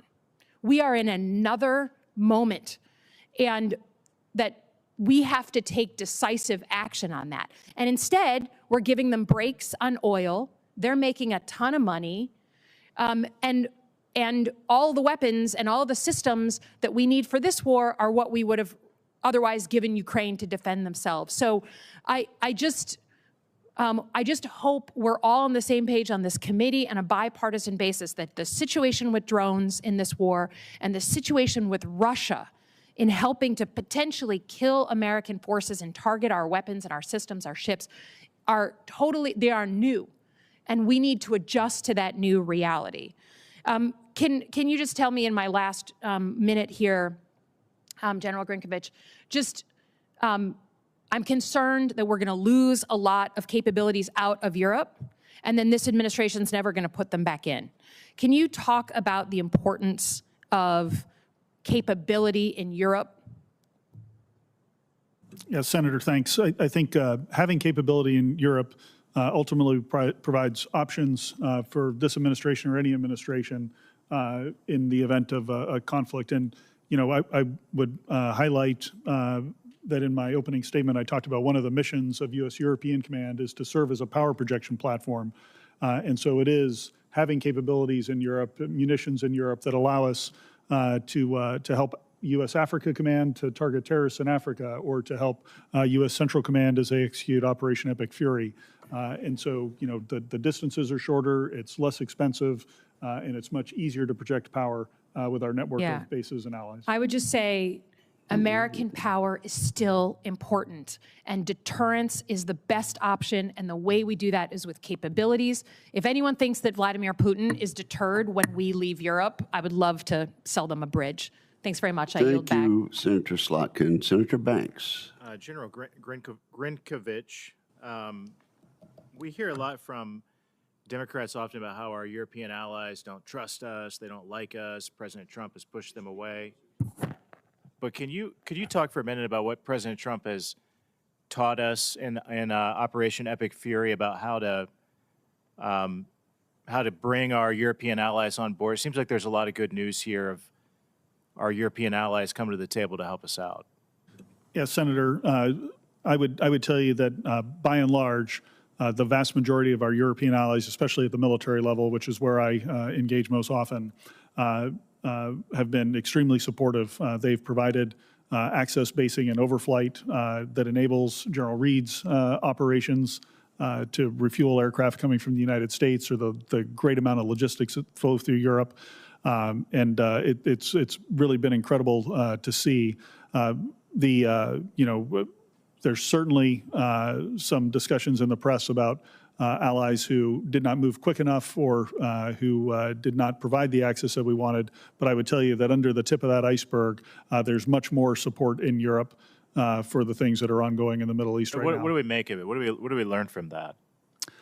Sir, I think that the relationships we have with our European allies matter. I think they admire what the U.S. military is able to do. I think many nations, of course, recognize, as several senators have mentioned, the threat that Iran has played over the years. You know, I reflect on my time in Iraq during the defeat ISIS operations in 2019 to 2020, and our European allies were side by side with us. And the biggest threat to us was not actually ISIS; it was Iranian threat network, backed forces that were in Iraq attacking and killing U.S. and European forces. And so I think on the military level, many of us understand that threat and understand the menace that it poses. Can you give us a quick thumbnail on an update on NATO's strength and what we're seeing from our allies stepping up to the plate to do more? Yes, Senator, you bet. This coming year, we'll have 5 or 6 allies that will already be at or near the 5% Hague spending commitments.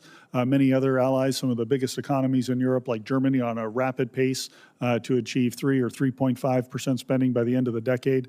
So there's plenty of appetite and plenty of understanding that a more balanced and strong European pillar within the NATO alliance to complement what America has done for so many years is essential, and that it will make for a stronger and more healthy alliance moving forward. This is really good news, right? And compared to years in the past where the NATO is stronger and has more money and doing more to step up to the plate to support all of our shared causes, right? I agree, Senator. One thing that I am concerned about, though, with our NATO allies is their reliance on Chinese technology that could compromise the security of critical infrastructure that impacts our forces, U.S. forces.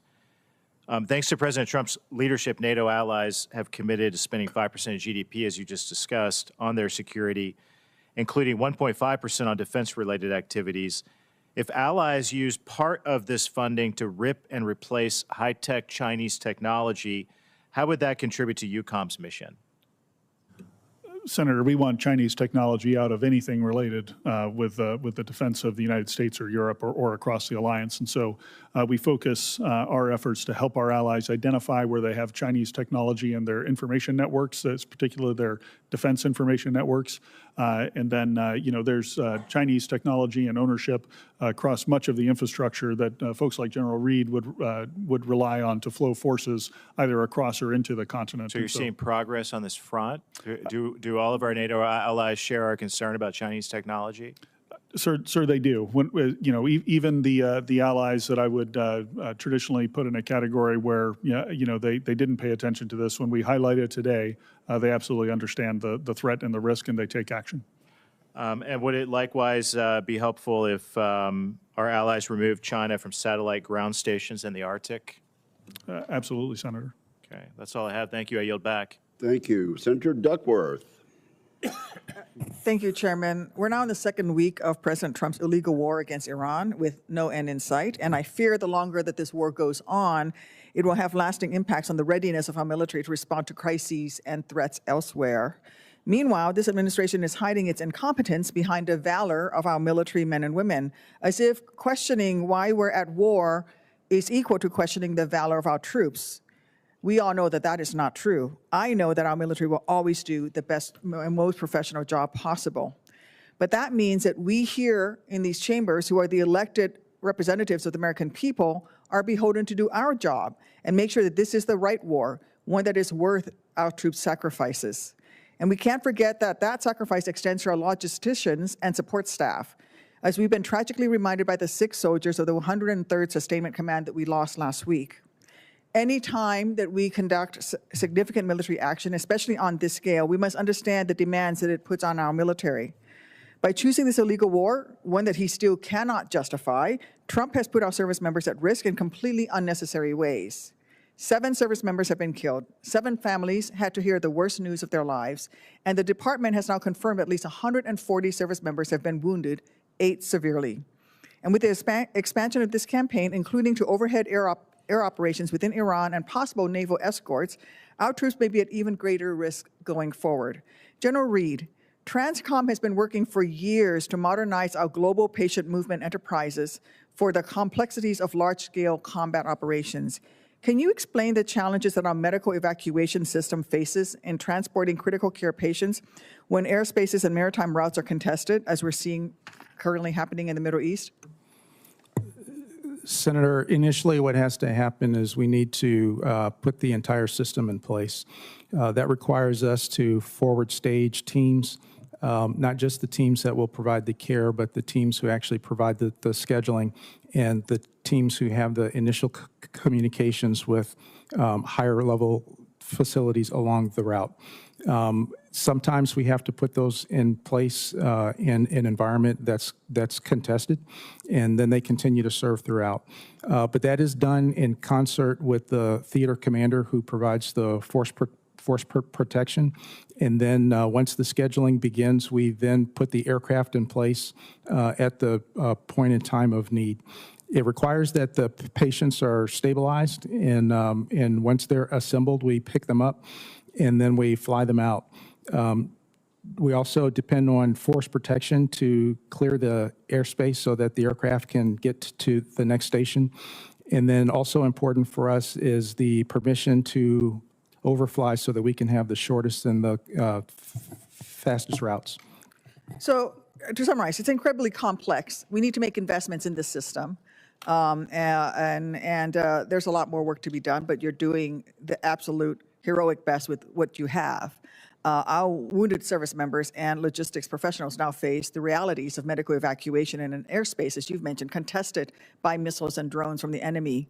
I don't believe Trump considered these risks when he chose this war without understanding how it would spread in the region. And I know they're not investing in medical readiness in the Indo-Pacific, where despite the real possibility of military conflict, actually in our national interest, we have actually less medevac experience and much greater distances to cover.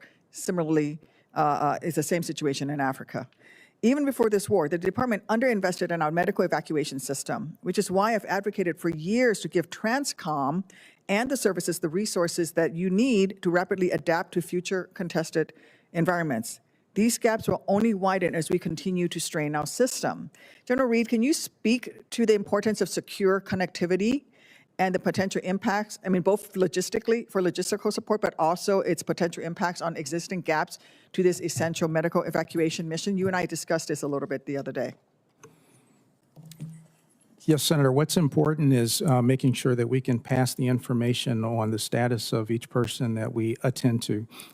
Being able to make sure that that information gets established at the point, but also forwarded to the next station. That way we can have the proper physician with the proper care and proper equipment to tend to them. As we continue to press for more secure communications, then we will make sure that there is no drop in the care. Are you facing some challenges right now? We are facing challenges in terms of secure funding. Okay, thank you. This administration's inexcusable poor planning in the lead up to this war of choice has only exacerbated the toll in our logistics system. General Grinkevich, I would not ask you to speak to current operations, but in your experience, do you agree that coordinating with allies and partners before an operation is critical to ensuring that our air assets have the necessary logistical nodes for rest and refueling to reduce the strain on our aging aerial refueling tanker fleet? Senator, there's always a balance in terms of when you do the coordination. If you have the luxury of it based on operational security concerns to engage with allies and partners and secure access basing and overflight ahead of time, that is incredibly valuable. But there's a host of factors that may limit your ability to do that. Thank you, Senator Duckworth. Senator Warren. Thank you, Mr. Chairman. So on February 28th, Donald Trump launched his war against Iran. By March 1st, Iranian strikes had hit at least 6 surrounding countries. But all the Trump administration said to Americans in the region was, exercise caution. On March 2nd, the State Department finally told Americans in over a dozen countries to evacuate, but gave no real guidance on how to do that. As thousands of flights were canceled, the State Department initially told Americans to, quote, not rely on the U.S. government for assistance, departure, or evacuation.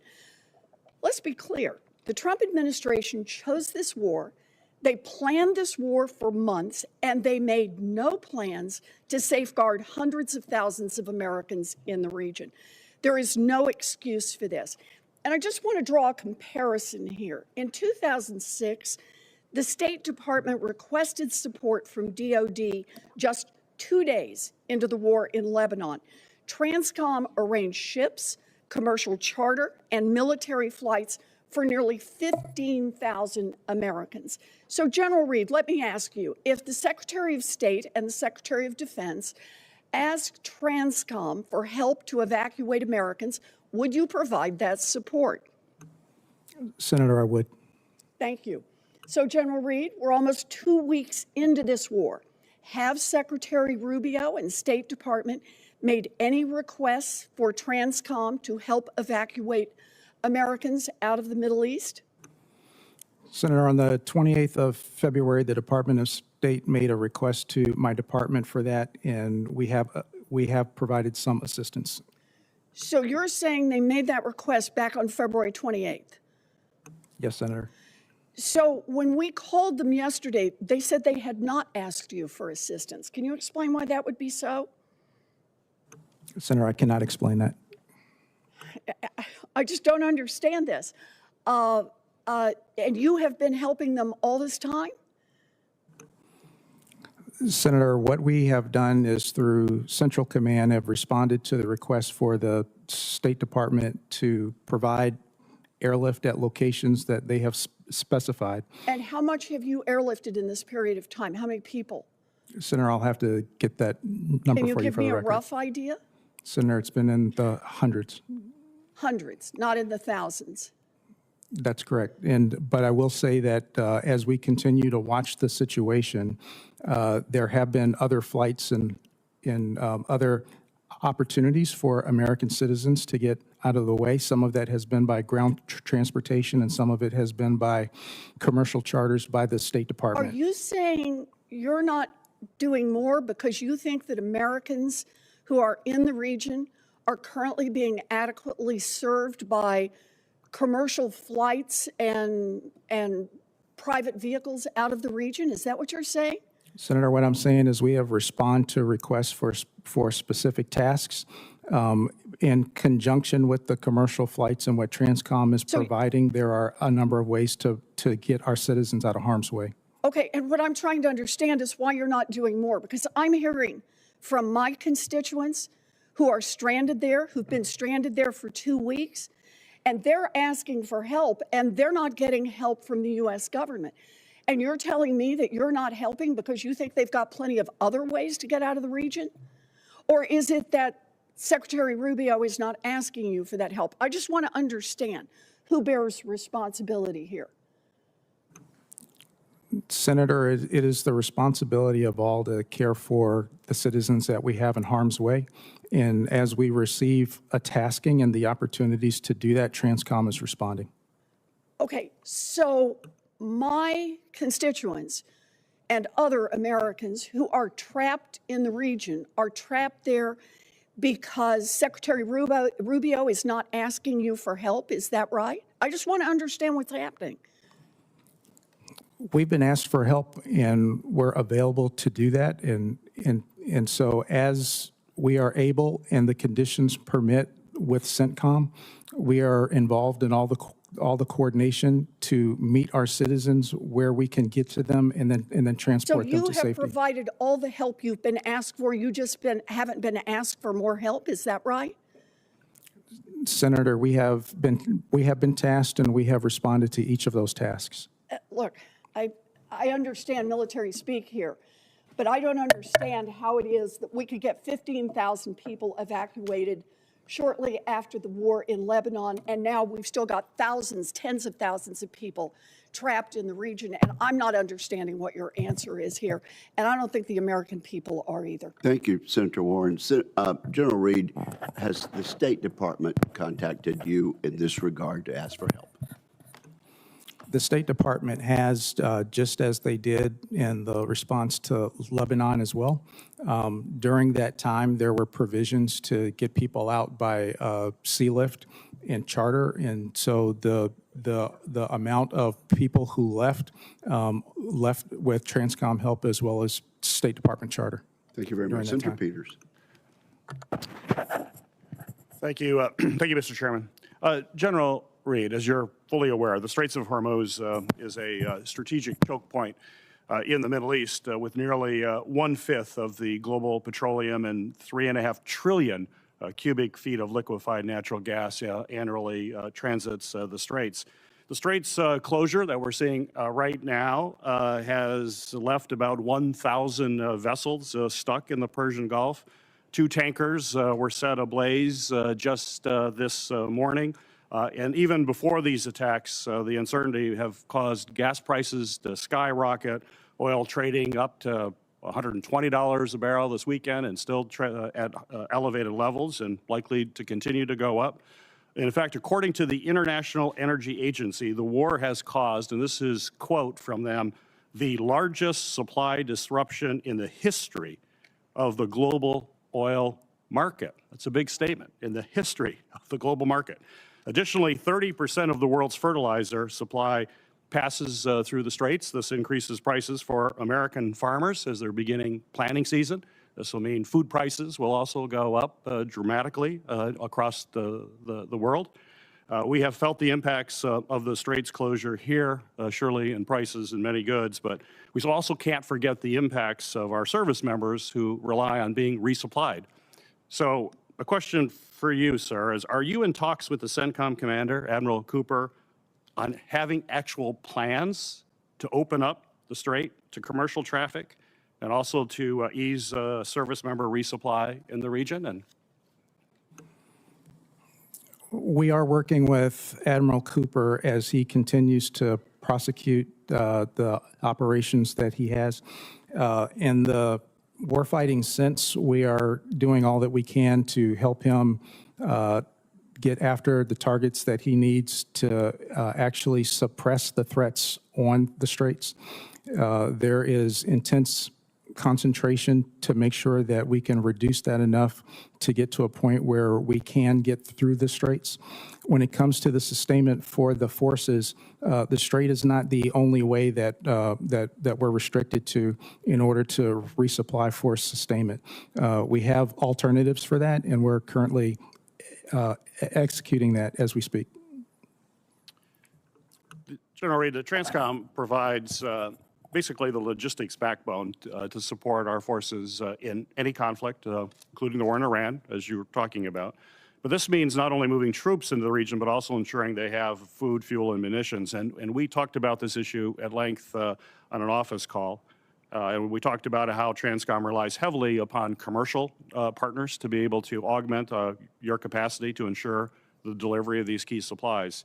So my question for you is, how has your ability to deliver these critical supplies been impacted given the contested logistics environment we're in right now, where we have commercial ports, commercial fuel networks, and commercial partners that have been significantly disrupted as a result of the closure of the Straits of Hormuz?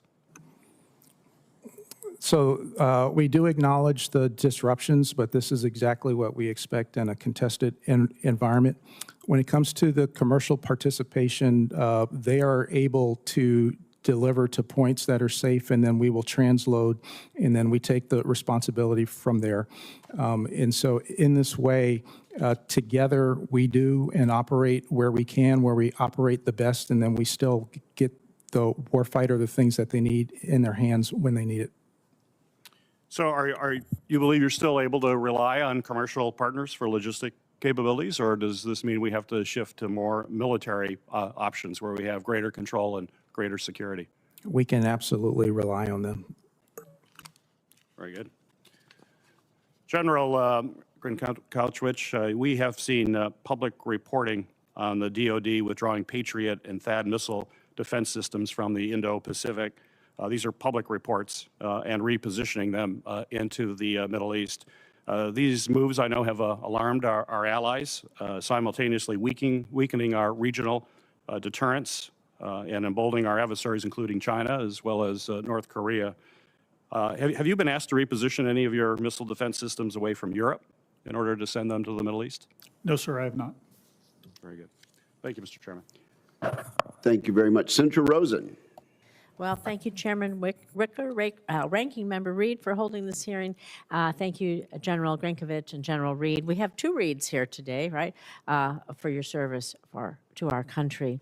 So I want to talk about support for Ukraine's critical infrastructure right now. So, General Grinkevich, you know Russia has engaged in a concerted campaign to attack Ukraine's civilian power infrastructure during what's been a brutally cold winter.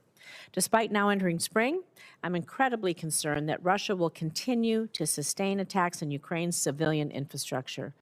So I know you have thoughts on this based on our recent conversation in Munich. And so can you discuss your views on the threat posed by Russian attacks on Ukraine's infrastructure, and what kind of support has the U.S. government provided Ukraine to support its critical infrastructure? What more should we be doing in this space? Yes, Senator. As you alluded to, there were a number of attacks over the coldest winter in decades in Eastern Europe against the Ukrainian civilian infrastructure. This included their electrical grid. At times during this period, we saw down to just a couple of hours of electricity per day in Kyiv, as an example. And then attacks on the thermo heating plants as well.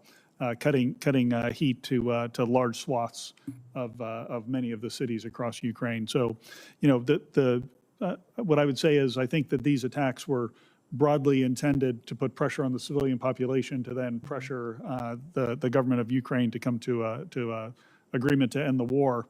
And what I've observed over the course of studying air power in history is that anytime you attack a civilian population, you usually end up finding that it just hardens their resolve. We take this all the way back to the London Blitz in World War II. Right. The Brits just had a stiff upper lip and kept on fighting. And I think that's what we've seen in Ukraine as well. Moving forward, I am watching very carefully to see now that it is warming up. Do the Russians continue these attacks on that civilian electrical and thermal infrastructure, or do they shift to other targets yet? At this point, it's still unclear, but we're watching it closely.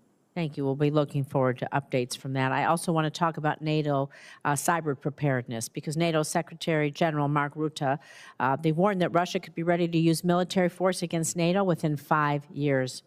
So as you know, Russia's cyber capabilities were core to its invasion and continued war with Ukraine. Russia is demonstrating a growing willingness to employ cyber aggression towards NATO. I'm glad that NATO hosts an annual cyber exercise. Locked Shields, the world's largest multinational cyber defense exercise, is begun to strengthen its cyber capabilities by creating the Integrated Cyber Defense Center, but that's not going to be operational until 2028. So, General Grinkevich, how are you and Cybercom working with our NATO allies, Ukraine, European partners, to enhance our cybersecurity capabilities, our cooperation, particularly with those less cyber-capable nations, because that puts us all at risk and makes us more vulnerable to our adversaries? Yeah, Senator, that's a great question, and thanks for asking it. This is one of the areas where the Alliance and I are focused to try to understand how we can bring the cyber capabilities to bear that nations do have. And while there's some countries that don't have a lot of capability in cyber, there are some within the Alliance that do, and some that we wouldn't expect to have. But we're only as strong as our weakest link, right? That's true, ma'am, but in an alliance that's built on collective defense, we can help each other. If one country is strong in air defense and another country is strong in cyber, there's a natural synergy there where we can help each other to get stronger together. In the classified session, I'd be happy to give you some details on who the main players are, but we are working to modernize how we access those cyber effects and can use them in a potential conflict. Thank you. Well, I'm going to stick on this topic because over the past year, Russian aircraft and drones have flown into NATO airspace on multiple occasions. I don't believe these incursions were accidental.